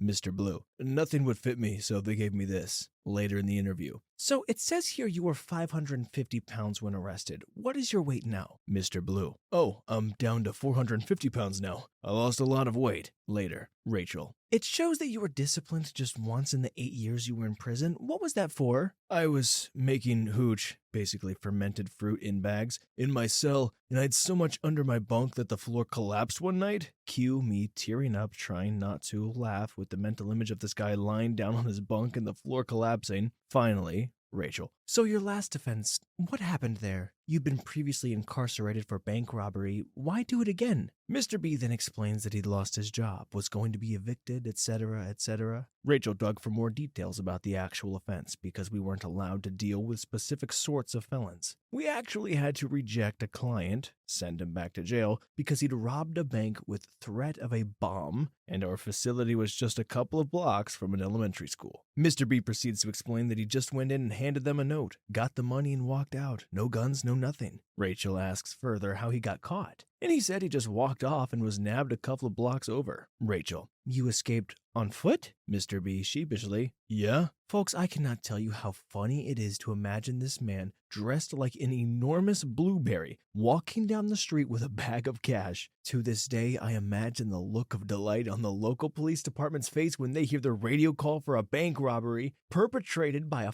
550-pound man escaping on foot. A childhood friend of mine also thwarted a bank robbery. He had an apartment in the very small town near where we grew up and was a volunteer paramedic and firefighter. He's sitting on his porch and this woman comes up to ask to use his phone. As he goes into his apartment, his radio squelches and then reports a bank robbery. Suspect described exactly like the woman he sees. He lets her in, steps back out on the porch and radios back that she's in his apartment, a few blocks from the bank. Story 64. Employment lawyer here. So many good ones. Maybe my favorite is the guy who came in claiming to have been constantly beaten by his coworkers with chains and survived an attempted hanging. All this alleged abuse was because of his race, African American. His coworkers apparently hated him so much for being black that they tried to assassinate him. Twice. The first time, they brought 37 guns in the trunk of a car to unalive him in a hail of bullets after work. However, his girlfriend showed up with cookies and they wouldn't kill him in front of her. The second assassination attempt was when his coworkers hired a Mexican to ram into his car with a truck. Luckily, he survived this. The most astounding thing, this was the second consecutive job where these exact circumstances had played out, and he had found a lawyer for both. This part actually appears to be true. It just so happened that his lawyer on this one had died prior to filing suit. I declined representation and called the deceased lawyer's estate representative to figure out if this guy had actually been a client. He had, and to warn him that there were likely some malpractice cases coming this way if he was taking this type of client. I've got a ton more if people find that one particularly interesting. Story 65. Not outlandish, just really frustrating and sort of like a telenovela. I had a pro bono client who purchased a trailer through a straw purchase. She was an illegal alien and of modest means to say the least, so she was easily taken advantage of. The title of the trailer was held in another person's name whom wished to fraudulently evict my client and keep the trailer for themselves. The real cause of this action was not because of anything based in law, but instead a spiteful attack arising from a suspected love triangle. Hell hath no fury, right? Fast forward about 30 hours later, and I tell my client she has a pretty solid counterclaim worth over $22,000 plus attorney fees. She tells me that she just wants like $300, lets the other party keep the trailer, and an agreement that forbids the other party from contacting my client or harassing my client in any way. So I get it done.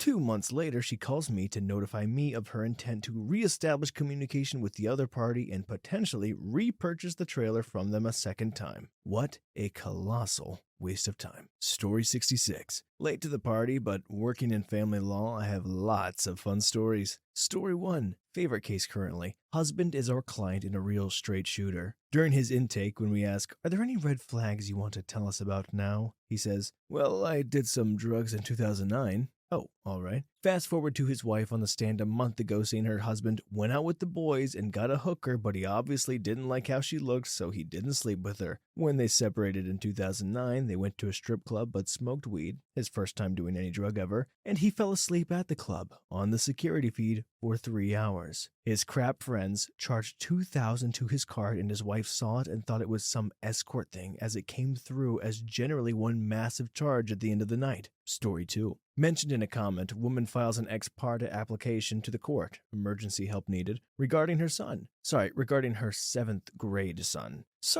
Regarding where her 7th grade son is going to high school. He can't even apply for something like 6 months. The judge immediately kicked it out. Attorney shopped around an ex parte and almost got written up to the state bar. We just watched the train wreck as it unfolded. Didn't really have to do much for that one. Story 4. Client comes in the office and he's clearly stoned. Whatever you're paying us for our time, even if you just eat our candy and shoot the crap with us, sits down and goes, "Hey, we may have a problem." Here we go. My wife is trying to get the police to forward a file to the DA to bring me up on felony possession and child endangerment charges. We do family law as noted above. We ask him what happened. Well, it turns out, complete shocker, that he smokes weed. He apparently got super high one night when he had his 12-year-old, who was already in bed, and decided to go to Domino's and get a pizza and eat it in the hot tub where he passed out. I mean, he could have died, but the worst thing was most of his pizza ended up in the hot tub, and he took a couple of hits of his pipe. Judge scolded him on the record after watching the security camera feed in their backyard.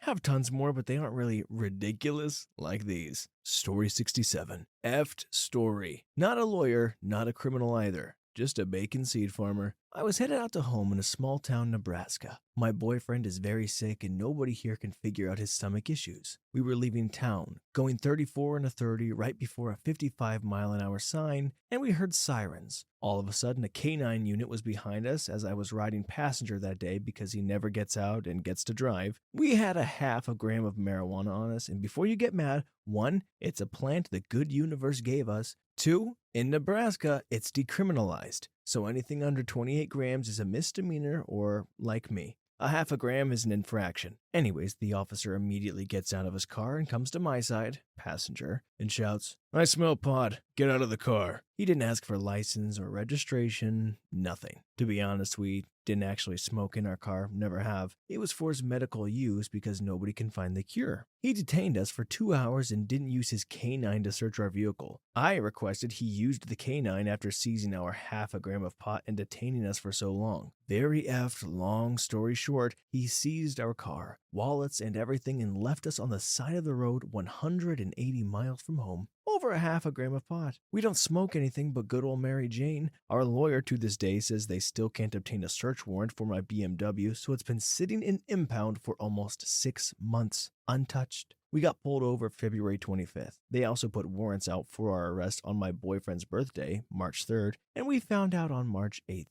The day before my birthday. We turned ourselves in, of course, because out of thin air they decided to call it a delivery of a controlled substance charge. This county is crooked too, and it's the worst part. Spent 8 days in jail over a marijuana infraction. When we called a bondsman and finally got our bonds reduced, $75,000 each over half a gram of marijuana, we continued to speak with a lawyer about it. His discovery packet still shows we're not charged for that stupid warrant charge. Makes no sense. I nearly lost my job over it too. Thankfully, I worked my butt off enough to feed this world. Anyways, they have held out our first court date from April 4th, clear to June 18th. I just don't understand how they can hold all of our personal property and car. Innocent and not guilty, he lost 14 pounds and wrote kites to the judge every day to take him to the doctors. Nobody came to get him until the 7th day. The officer that escorted him even said this was ridiculous. Anyways, we're still fighting. The car is still an impound and they still have our wallets. This county is going down once this is ironed out. We suffered and dang near lost everything over an infraction, a half a gram, and sat in jail for no reason. Thanks for your time and mind. Story 68. Not a lawyer, but my work exposes me to a good number of legal cases brought against the state by prison inmates. As you can imagine, they are frequently lacking in validity. 2 stories stick out in my mind, a short one and a long one. Short story: inmate is moved from one cell to another, as often happens. Inmate's property is moved for him. When the inmate looks through his property, he finds that his pair of headphones is missing. He complains, and the prison replaces his headphones with another pair. However, he claims that the headphones they gave him weren't as nice as the ones he had before, so he decides to sue them for 10 grand for the infringement of his constitutional rights. I don't know what rights exactly, but apparently he thought that a judge would actually think,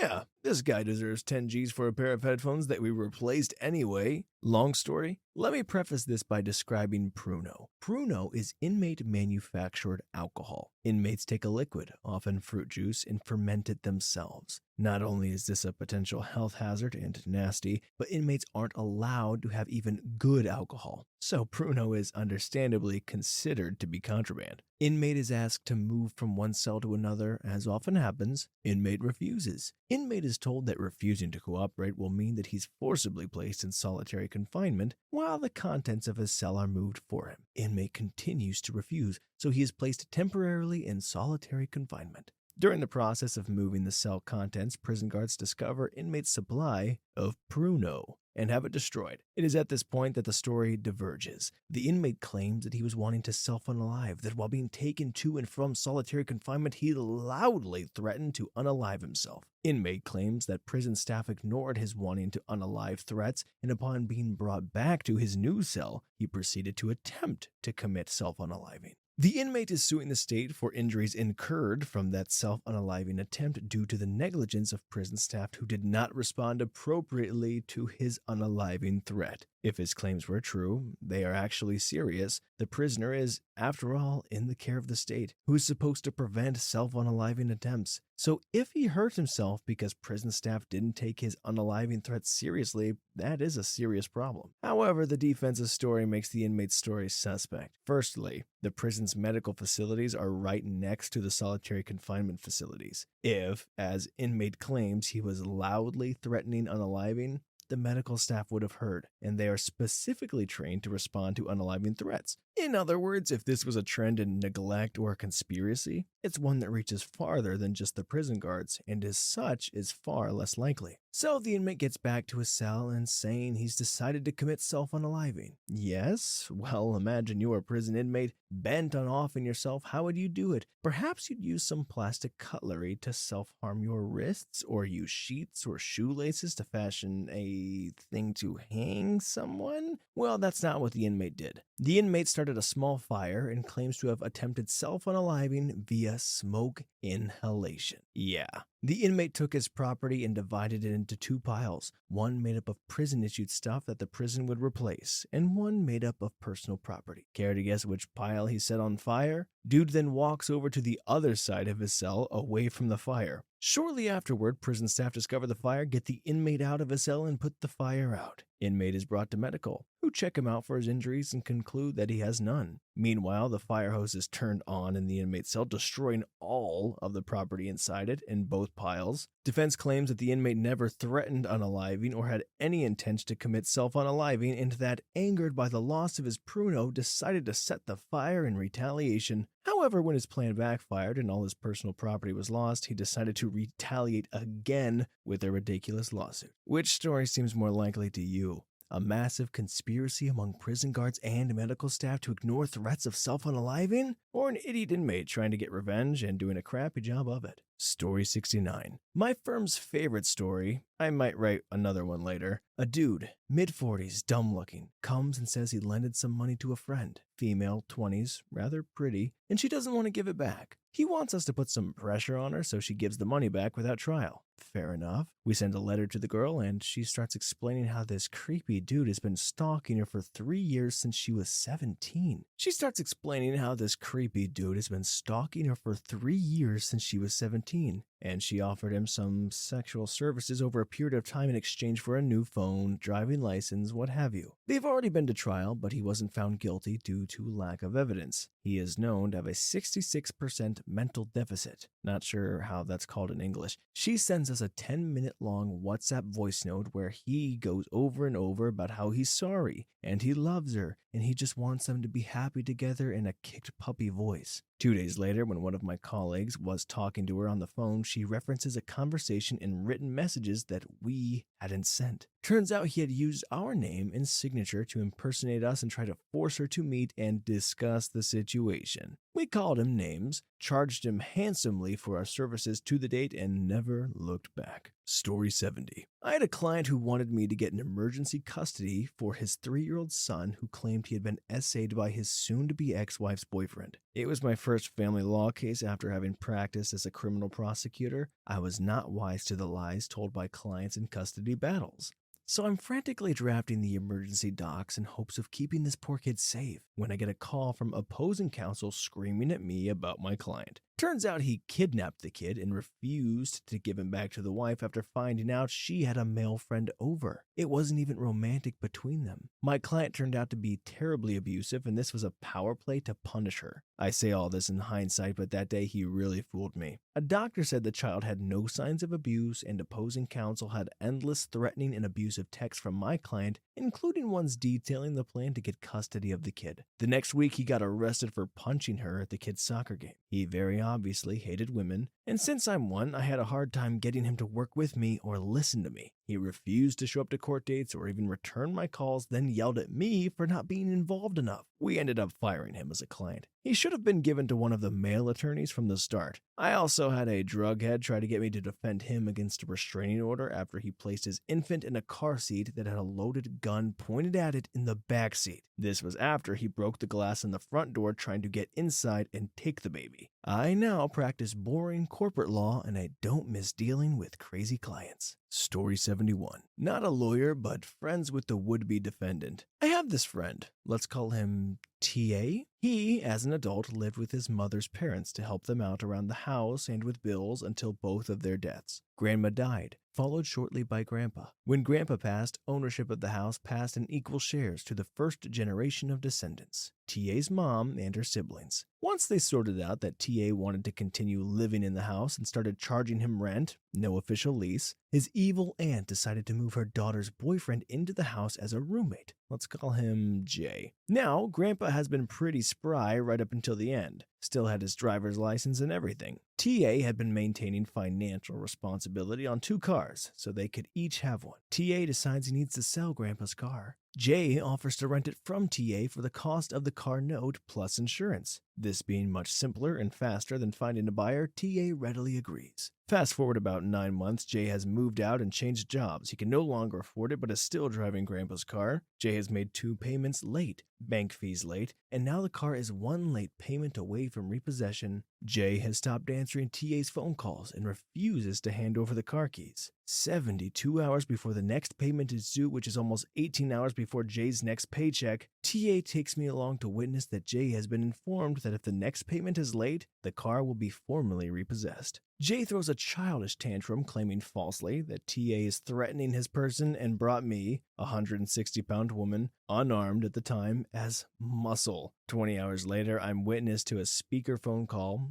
Amazingly, he actually answered this time. TA reminds Jay in the gentlest, politest terms possible that the bank needs the money by close of business tomorrow or there will be a work order for the repossession first thing the next day. Having heard this information, Jay hangs up. Close of business comes and goes, and not only is there no payment, but a gaggle of mutual acquaintances can be overheard laughing and making plans to break in Jay's brand new big screen television as soon as the store delivers it. Next morning, sure as clockwork, comes the tow truck to repossess the car. Would you believe Jay actually tried to hire a lawyer on contingency to sue TA for the cars having been repossessed? You better believe he got laughed out of that lawyer's office. Alright guys, that concludes our lawyerly stories. If you have any outrageous or ridiculous stories that you would like to share, feel free to drop them below in the comments. And if you just so happen to be some of the crazy kind of people mentioned, remember, they're just lawyers, not magicians.